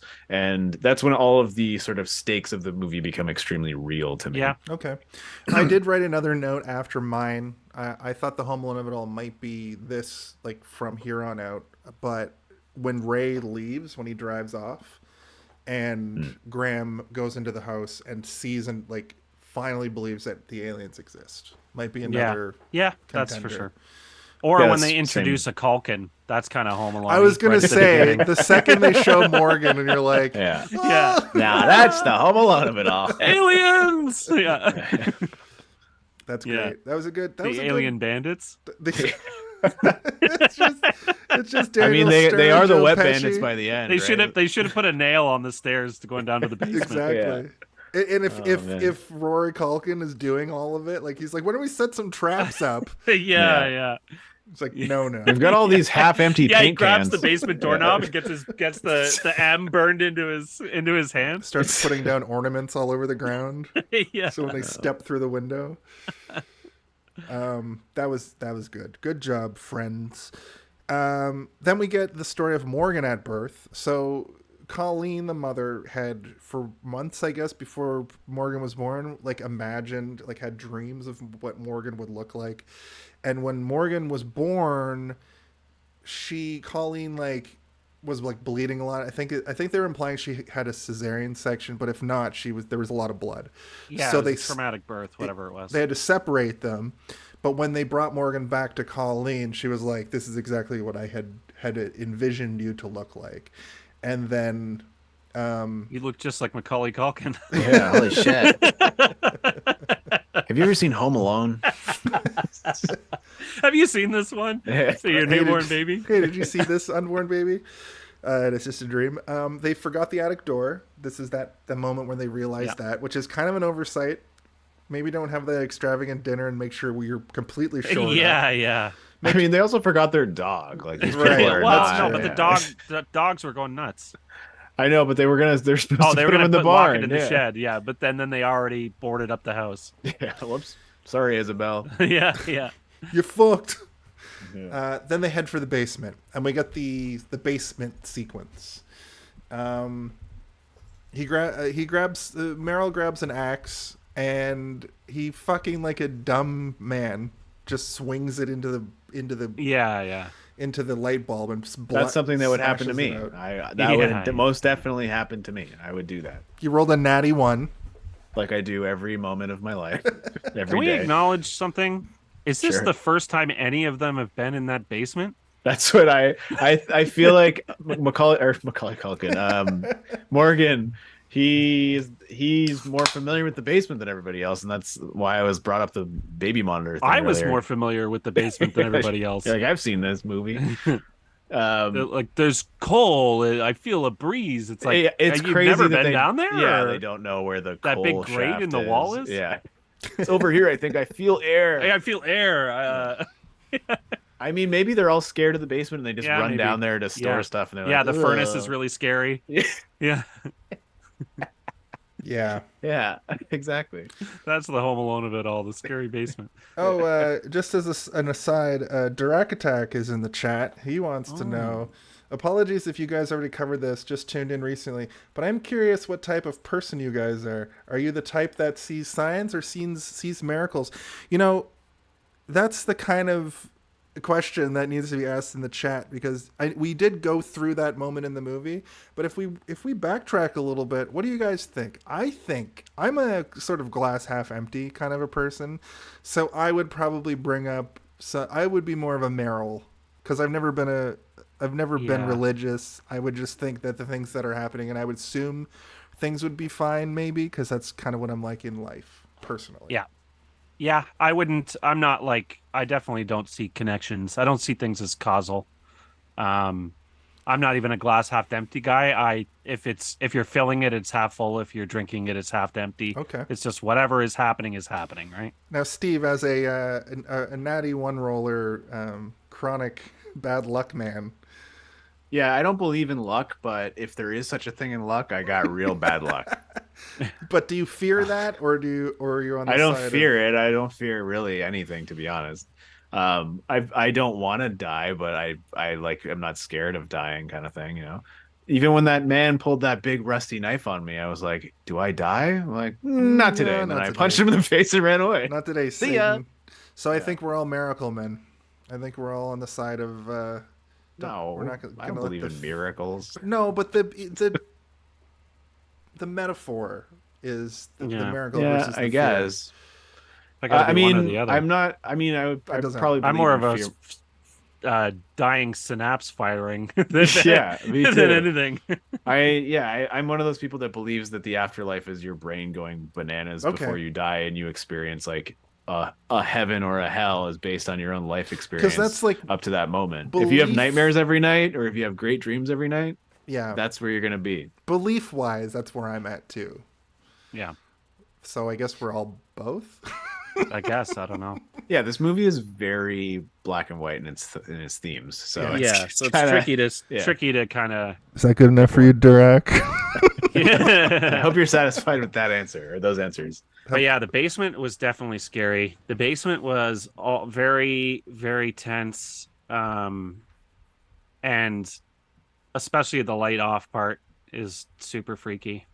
Yeah, I'm not like mega afraid of the dark, but if it's an unfamiliar place and you are definitely not alone, that's a different story. Yeah. When you're in your basement for the first time and an alien's trying to get in. Yeah. And all you need to do is find that damn coal shaft that you think is down there. And your stupid brother who works at the gas station breaks the light bulb with a pickaxe. Well, that's just it. They think that, so when they're kind of chased down there after they realize the attic's open, and there's like a banging at the door, and they use that axe to like prop the door closed. Yeah. And basically they sort of figure out that the aliens aren't trying to push through the door, they're trying to distract them. That's when Graham, as we've talked about a few times now, realizes that they used to dump coal into this basement. The house is probably 100 years old. It was coal storage. And they're like, there's got to be a way for that to get in here. So they realize that there's this chute, and they go over to it. They find it. They realize there's cold air coming through. There's this one of the spookiest moments of the movie is where Morgan is just standing there like, why are you guys looking at me like that? And the hand is like, well, it's because it's camouflaged. It's camouflaged right? at first, and maybe Jason, maybe you didn't even notice. I didn't even recognize. I just saw the hand. Like, move. I'm sure Steve and I watching it, you look for the hand because you know it's there. I know, but like for some reason, I remembered the hand coming through the grate and grabbing him. The hand is. That's what I saw. It's like the hand. That's what I literally witnessed happening. So yeah, but if you watch that scene again, and you'll see the hand is. It's just there, yeah. It's just there, like. Just, and it's a practical. I don't know. The alien's just hanging dong out this grate, not doing anything. Actually, it's Dick. Yeah. And then he just what? Well, yeah, you've seen Scary Movie. That's where they pee out of. Yeah. Yeah. And then he gets the asthma attack. Yeah. And Morgan, he survives it for now because Graham gets him, and they do kind of like a breathing exercise. Talks him down. It's really tense. And this is after Bo, earlier in the movie, has been like, I don't want you to die. So I was like, oh, this kid's fucking dead. Yeah. And she says the least helpful thing ever, which is like, is this where she says, I dreamed this? Or what? Yeah. I dreamed this. I dreamed it. It's like, oh no.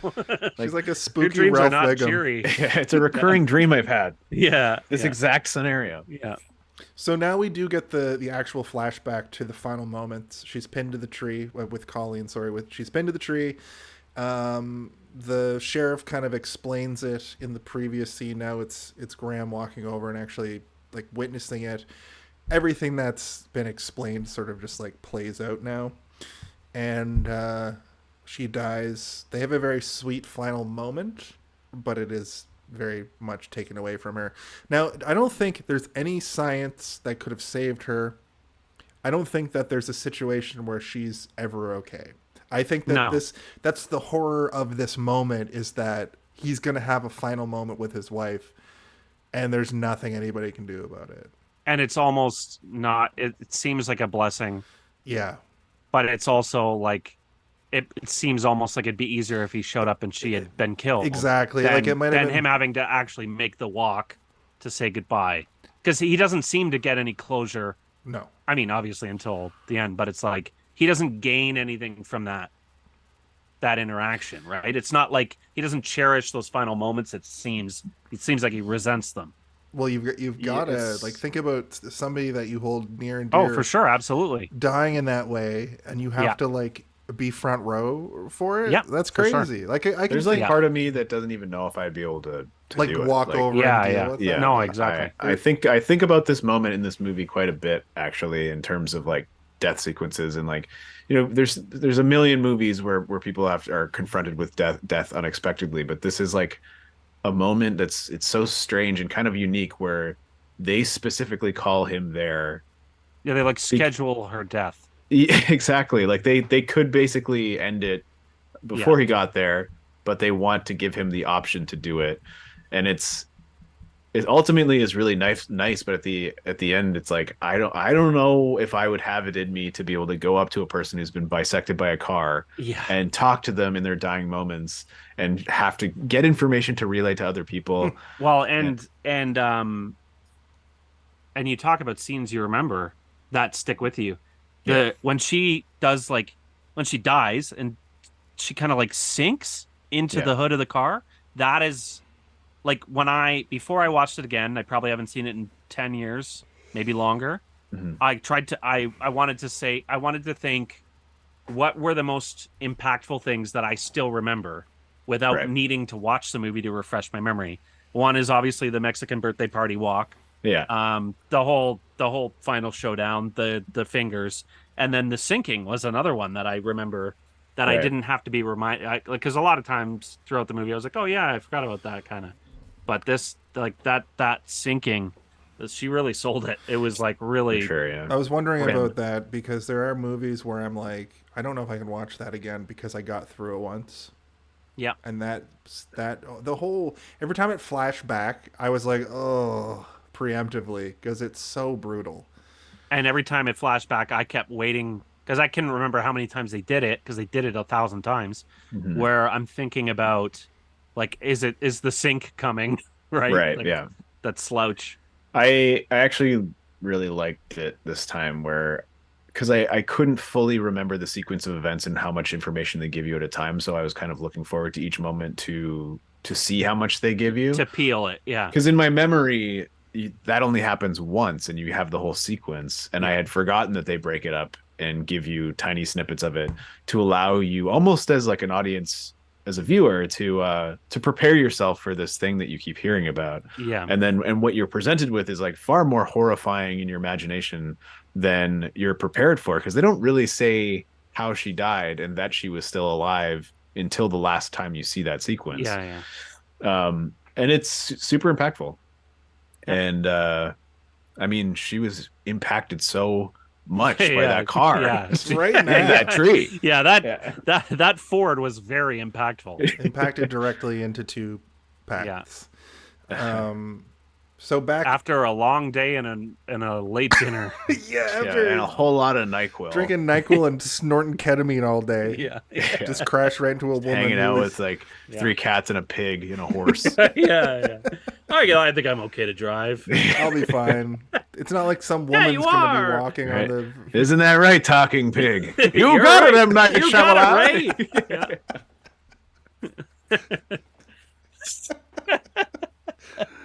He So- tosses him the keys. Yeah. You want to keep riffing? Because that's good shit. Drive away. Yeah. All of them are waving from the window as he drives away. Bye. Don't crash into a woman and bisect her. So Drive safe. The steering wheel turns into a pillow and he just lays his head down.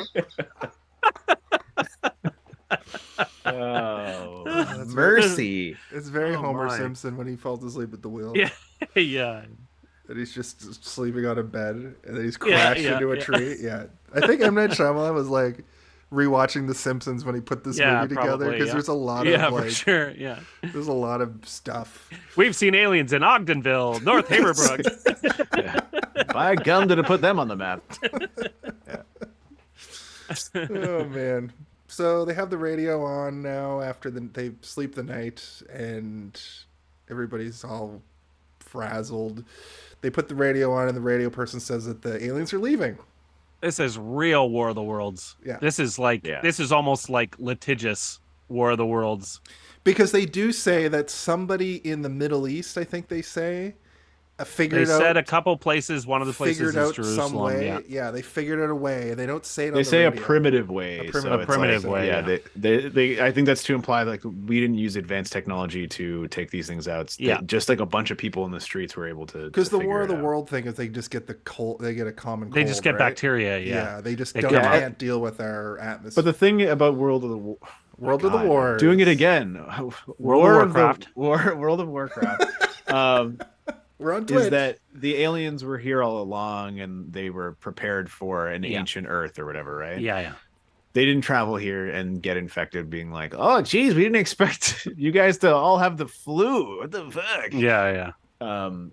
So, to me, I'm like, they didn't know they were going to a planet that's like 95% water. The thing is, then this is a very common criticism of the movie. Yeah.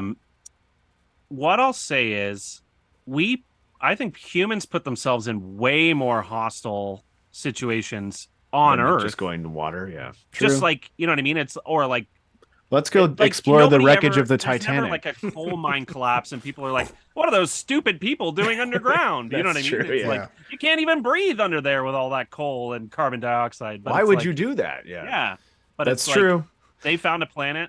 But they're naked. That's the thing. It's like they don't have any this suits movie or is anything. really a very long critique on the dangers of nudism. Really, It's true, like yeah. if they had any kind of even an umbrella. Yeah, if they had But, any kind of humility, I don't know they if you would have guys had a watched raincoats. Chernobyl, but they immediately the people who were trying to like fix the issue are like just like some miners, and they The they, sexy naked. they dudes. start Yeah. digging. They start just digging underneath to get to like where the main meltdown is to like relieve it, and then they just get naked.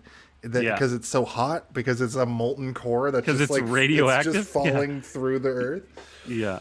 But But, humans are dumb, and I'm surprised that That's humans true. got out of this situation relatively unscathed. I think M. Night Shyamalan is a miracle person because he thinks that we wouldn't just fumble this immediately. Yeah. But I that's think the thing. he also is genuinely religious. I'm pretty sure. The aliens, like, yeah, people are like, oh, like they get killed by water, but they come to a planet that's all water.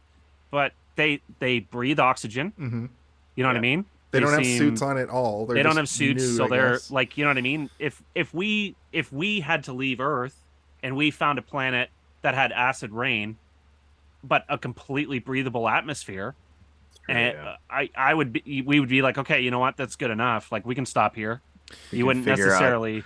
But yeah, I think the only issue cosmic that I scheme of have things. is that they have absolutely no means of protecting themselves against of course. it. Yeah, like what if it Um, rained? What if it was like torrential downpour during this event? Yeah, What well, if it and then started yeah, raining? and that's another thing that I wanted to circle back on afterward.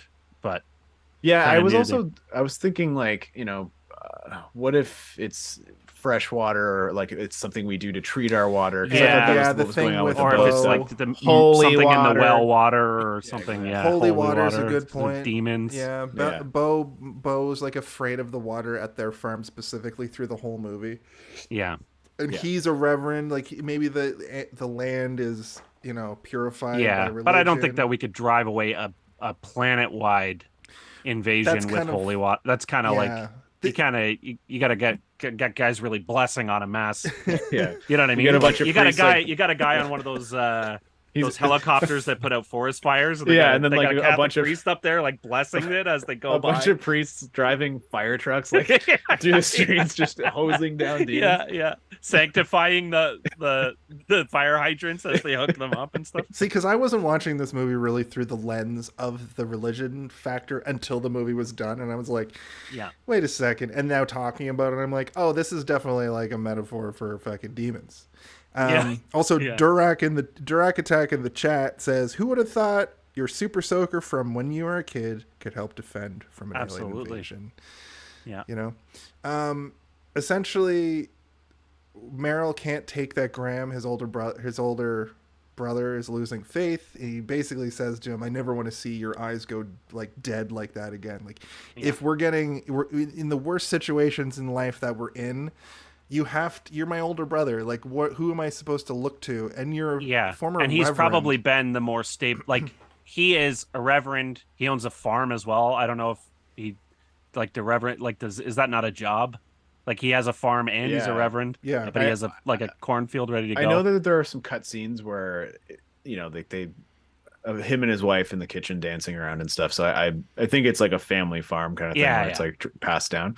But he's definitely the stable one. And then Yeah. you know they what I mean? grow Meryl's corn, like- so they're definitely selling corn to people. yeah, and right? Meryl's like working at the gas station, jerking off the swimsuits. What's the side hustle? Is the reverend the side hustle, or the fully functional that's what I corn mean, right? farm? That's side Is he hustle. like Father Corn? Well, it's or- possible that his wife was like a farmer, right? And Yeah, then okay. he was yeah, the. women can be farmers, Jason. I don't know. Yeah. about all Haven't you ever played Stardew Valley? yeah. Yeah, that's They right. got You those sick fuck. Scandinavian women that'll just, Jump that'll clean stand over 2 your feet corn taller than the stalk. corn. Yeah. Yeah. I wish a Scandinavian woman would jump on my roof.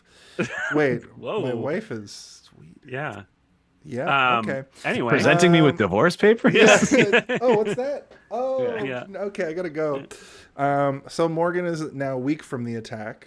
He needs his meds, and they have to be sure though to leave the basement because there could be an alien there. Probably isn't though. Probably no aliens. They head upstairs. well, they said the aliens have left. Yeah. Yeah. And they They like did also say knock that they on the left They door. behind left some some of the wounded, wounded. Yeah, but they. which we'll beg into question later. What was the Yeah. test to see if they're? Oh yeah, they just turn on the baby monitor and they're like good enough. And everything's fine. Yeah. Well, and he's like, good enough for you? Yeah. I mean, the Yeah. kid's gonna die, right? So They need True. the medicine. yeah, they need the medicine. EpiPen or whatever. So they head upstairs. The place is trashed. This is when you hear the TV say that like somewhere in the Middle East they found a primitive way to destroy the aliens. But The cutest part of the movie happens. what's the cutest part of the movie? Bo dancing. Right. Oh right, yeah. The people on TV, they're dancing like this. Oh yeah. Yeah. It's like, what are they doing? Like this. You know Like what I mean? And this. she's like really giving it. But the camera pans over and we just full on see an alien and it grabs. Well, you see it in the You TV see it first. in No, the you TV. see a Loves the reflection. You only see the alien fully once, and that's the only time that it looks bad. It looks when he's good for holding his entire when he's sequence. holding Morgan, and Morgan's like, Yeah. Yeah. Because they do have some practical effects going on in here as well. But the only time you see it is when the water dribbles on it and it looks absolutely horrendous. Every other time it's in like really Did you dark watch some and kind of behind silhouette. the scenes thing, or Me? no? Oh shit, yeah. You got me. I don't understand sarcasm. Yeah. So well, basically what I was going to say is that they purposefully like use the reflections and warp the they'll shoot it through the glasses of water and stuff, and it hides the seams really well, and most of the sequence stands up, but as soon as they show it, that's when you start to then overly criticize the other shots of the alien. Yeah. Because you've now seen this like really crappy thing that just doesn't look good. but then they have the alien holding him, and it's the alien that he cut the Well, fingers that's off. just it. Yeah. The big reveal at this moment is that it's the same alien from the pantry, which I thought was a really cool little thing because that alien in the pantry might have been doing the thing that the aliens were doing when they were attacking the house, where it was playing possum. Yeah. To just mess with Graham. Yeah, I have a couple questions about that alien specifically. Was he considered injured? Like his missing fingers? Like were they that strict? Because they said they left some that were hurt behind. Yeah. Did he miss his flight? Because he like didn't get out of the pantry? And is he specifically targeting Graham? Like did he come and grab Morgan? Because it seems like when he's holding Morgan and you see the fingers, like is the alien like, yeah, fuck you, yeah, you know what I mean? Like I got your kid. I got your kid now. You know what I mean? My assumption was that the signs, the crop circles, are sort of like coordinates for the ships to hover above, right? So they stick close to those. So if he got out and he ended up scouting a bunch of the area and got trapped in the pantry, it's very likely that he did miss his flight if all of the aliens had been ordered to leave. I'm glad you brought that up too, because Morgan sort of earlier in the movie, there's a little bit of a kind of a subplot where he's talking about, like, I think Meryl is in on it, and they're wondering why they are where they are and what they're doing, and they sort of figure out that the aliens are creating a map with their ships of Earth. They're sort of mapping out where different big places are, and since they're right outside of the greatest city in the world, Philadelphia, the true seat of power in the United States of America. Exactly, the home of the cracked Liberty Bell. There's an alien ship here, and it's probably one of many in a net of ships. Why can't I think of the word? In a network of ships. Yeah. But the news doesn't even know about that one because he already clearly stated he will not tell the news. They will. Those aliens, or the aliens above his house, will not be famous. No. Even though it's the most famous alien because we're watching a whole movie about it. yeah. But that's that's part of it, Steve. So thanks for bringing that up. There's some things that we kind of gloss over in this movie because there's so much. It's so content dense. It's dense. Yeah. Yeah. But I mean, it's also really tight and simple too, right? There's a lot to talk about, but it's a really basic and just good. It's efficient, I guess is what I would call it. It knows what it's doing and it does its job. It is efficient for 99% of the movie. And then there's 1% where they show the fingers missing from the alien and then they cut back to him cutting off the fingers. Yeah. And I'm like, do you think that I'm fucking stupid? So in defense of the movie, they don't show him cutting the fingers off again. They just show him grabbing the knife again and a knife noise going. But like, I agree. Can I not?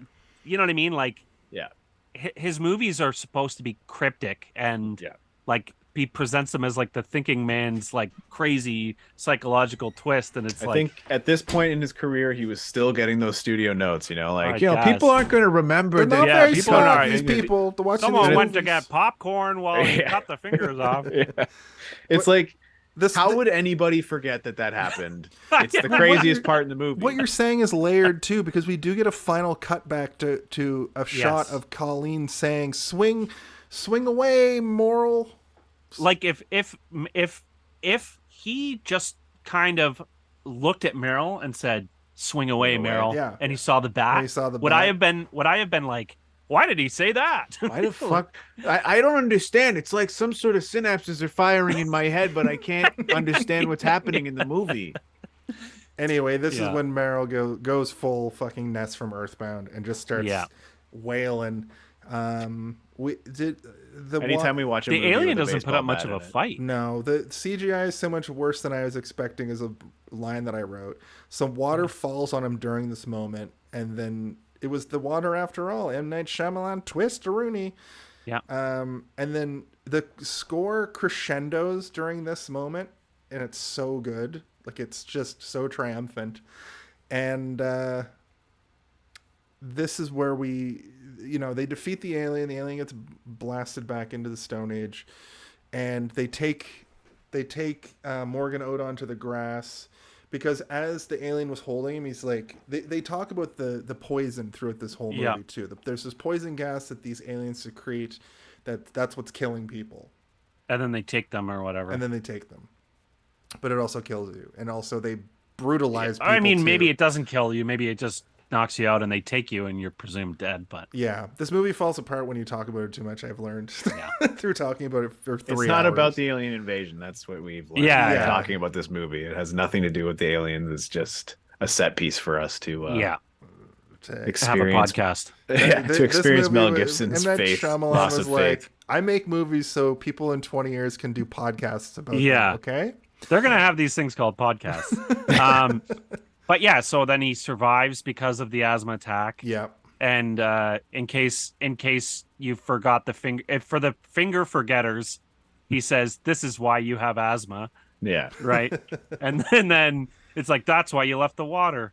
Yeah. It's really, and then it's the too mother much. dies so she can say swing away.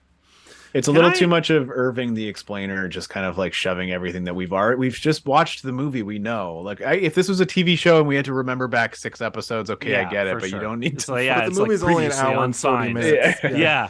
Can I talk about maybe this? You know what I mean? Tell me if this is going a little crazy. There's one character in this movie who deserves some criticism, and that is God. What an asshole. So God gives Morgan asthma, a horrible disease. I had terrible asthma. I related to Morgan a lot as a kid with his asthma attacks because I was hospitalized for asthma and stuff. Right. So he gave him asthma. It's like make Bo a hypochondriac, pin the Reverend's wife to a tree and have her fall in half that she can say, swing a baseball bat. Away, yeah. And he could have simplified that all just by like making it make Meryl a horrible pervert. 4 days. Yeah, he could have just made it rain. Yeah. Made it rain once instead of having to kill a woman and like, you know what I mean? Really do a number on. Listen, the kids God only and has give them powers diseases. over horrible lung diseases, mental illnesses, and killing women. Yeah, and when people fall asleep. And chronic masturbation. Yeah, and swimsuit competition. Yeah, it's like and then that gives him his faith back. But I'd be like, yo, yeah, what the hell, man? Yeah, can't you control the rain? Nope. Yeah, that's one thing I can't control. Yeah, it's a little Chekhov's gun, don't you think? Chekhov's bat God actually on the Chekhov's wall. Gun. Chekhov's bisected wife. Oh my God, that's incredible. The last note that I have before we move on to the last 2 segments is like an actual happy ending because it kind of just like. Everything's resolved. Those aliens are coming back, right? Like the kids are loud, but not for 100 or 1,000 years. Years. Yeah. Cool. So that's the movie Signs. Before we move on to our final thoughts, we're gonna introduce Game Time. It's time to play Guess the MPAA. So just real quick, the MPAA certificate is a number that appears at the end of a movie. They're based on rating the movie from general rated to NC-17. What I've devised is the fact that there is a 5-digit number on every movie is that in 2 guesses, could our guest and Steve guess what the MPAA certificate rating is? I've given you a hint. It's 5 digits. This week on the show, I'm going to do something very special. I'm going to give you the final 2 numbers of that 5-digit. Why, is that too many numbers? It'll make it easier. I'm going to give you the first final... You want the first 3? First 2, or even just the first 1. I'm going to give you the first number. Give us the first and the last. Oh. I'm going to give you the first and last number of the MPAA certificate number. The first digit is 3. The final digit is 5. You have 2 guesses. Alex, what is your first guess? I don't know what the number represents. So it's a real guess. 3, 6, 5, 4. Last number that you gave me already that I forgot. 5. Steve, it is higher than that number. 3, 8, 4, 0, 5. Alex, it is higher than that number. 3, 9, 7, 3965. Steve, it is lower than that number. 39285.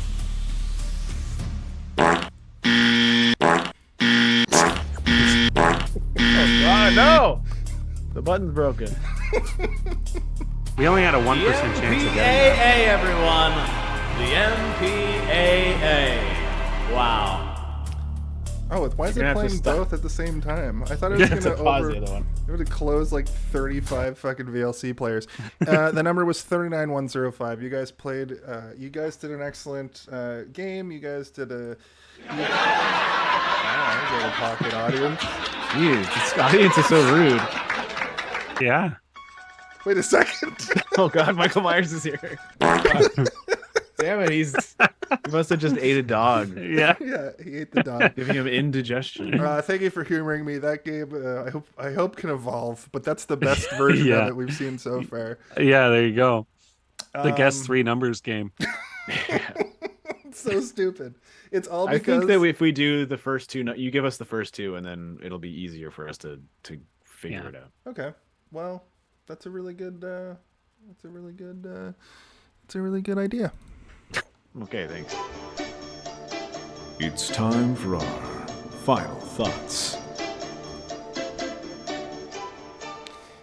As I said at the top of the show, I do make it a tradition. I have made it a tradition to let the guest go first. I will allow you to know that the final thoughts portion is basically just your in summation final thoughts. If you want to give it some sort of rating, whether it be out of 5 out of 10 out of 25 out of a million, or do some sort of made up fun rating, Okay. the floor is yours.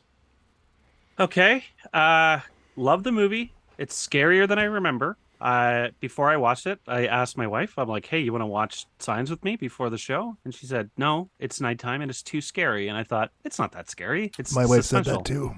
And then I watched it, and then I was like, okay, there are definite parts here that are too scary to watch at night. But all in all, solid flick, solid Shyamalan showing, and I would say I give it 4 severed alien fingers out of 5. All right, thanks, Alex.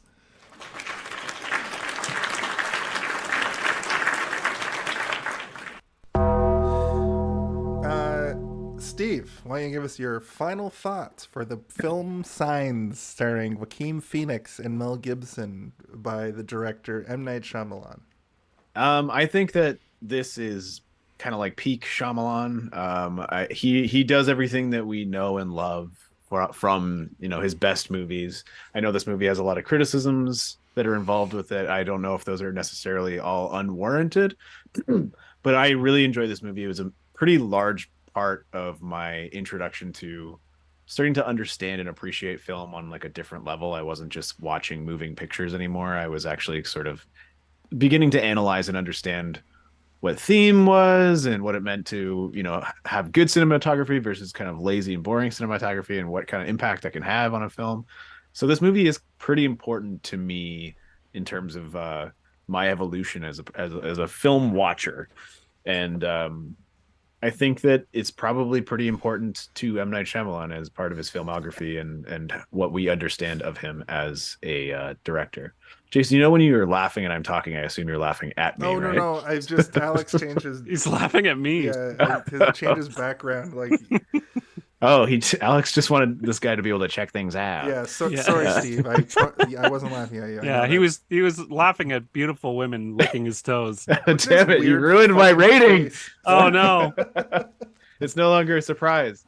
I was going to give this movie an alien having his toes licked by beautiful women, but now I'm going to give this movie, it is really good, but there are some areas where the seams are showing with age,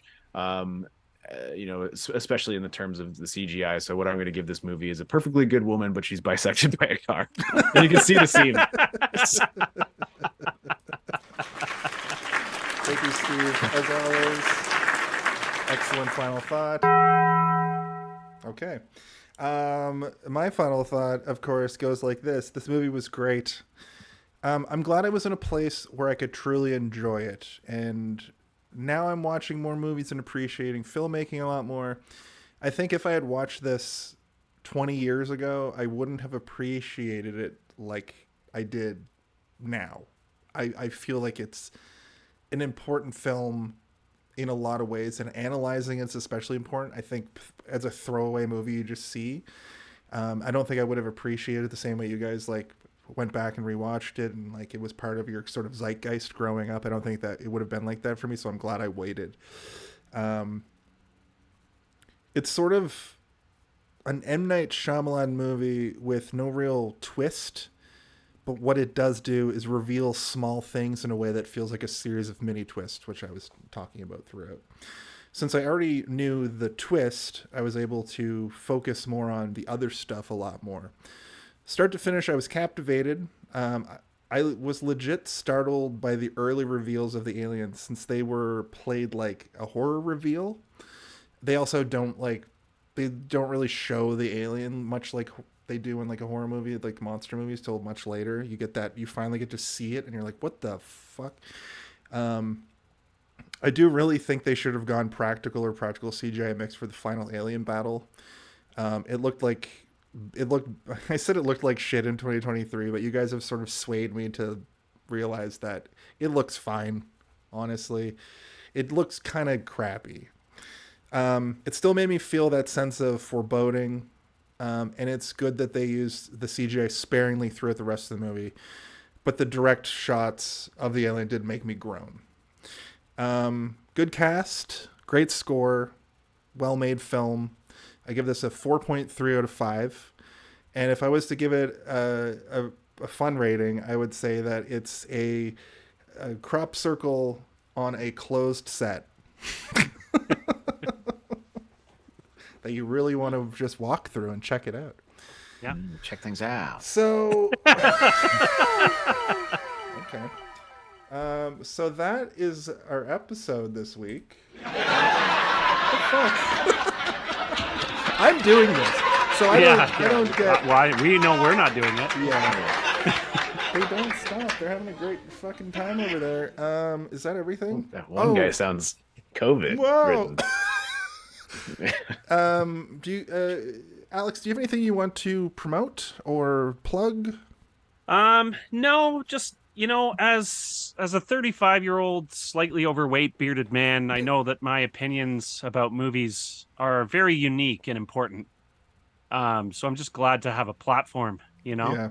And if one or two people, a week come up to me and say, hey, I saw you on that podcast and you really changed I saw you talk about signs. It really changed me, Yeah. If I can get that, then that's all I need. That's incredible. I'd like to. So Somatic has just come in here, who's I think a new viewer. They've gifted 5 tier 1 subs to our community. Oh, so you're welcome to Leon 27, the Mediocre Gamer, Enox, me, and Steve. We have 6 subs now from this stream. Thank you, everybody. That's incredible. This has been we have 10 viewers right now at the end of the show. This has been like by far our best stream I think we've ever done. And it was just so fun. Hi, Keldon. Thank you for coming by. Thank you for everybody who watched tonight. It's really important to me that we're moving upwards and onwards. I'd like to promote this podcast. And Steve, I'm going to promote for you in front of the 10 viewers that we have right now, your project. So everybody Confirm Exile, the game that I made? Confirm Exile, the game that you made. So everybody sit back and relax. You're going to watch it. Welcome to Confirm Exile, a unique escape experience in which you play as a resident of a space station after something's gone horribly wrong. Waking after an accident, you must make your way through the space station in order to reach the escape pods and survive.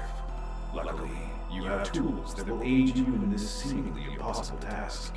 The ship's AI, a device that allows you to input instruction and answers to puzzles that await you on your journey to the escape pods. The Field Manual. This book is your main connection to the space station and will act as your lifeline to truly complete the task of escape. Information found in the book, interaction with the AI, and multi-tool are all keys to escape. Will you be able to repair damage to the ship and make your way to the escape pods? Or will you be counted among the exiled?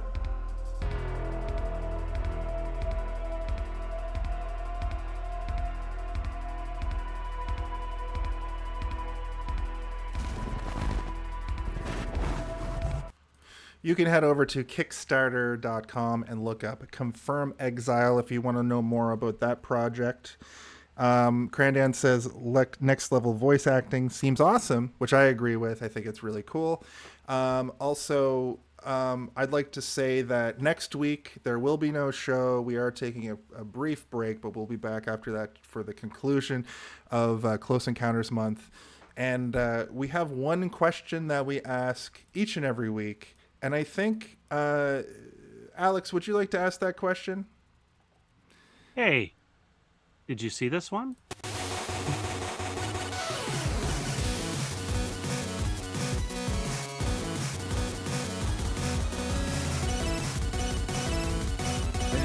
Oh, Somatic put it in the fucking chat. Is that? Whoa, Somatic rules! Somatic rules, brother. Wow. We have 12 views. Like, this is the highest viewers we've ever had. Like, it's we're doing it, Jason. We're doing it. Oh, Orlix Live just subscribed with Prime too. So thank you for that subscription. Oh, the subscription is coming from within the podcast. Oh, I understand. It's inside the podcast with you right now. It's a sign.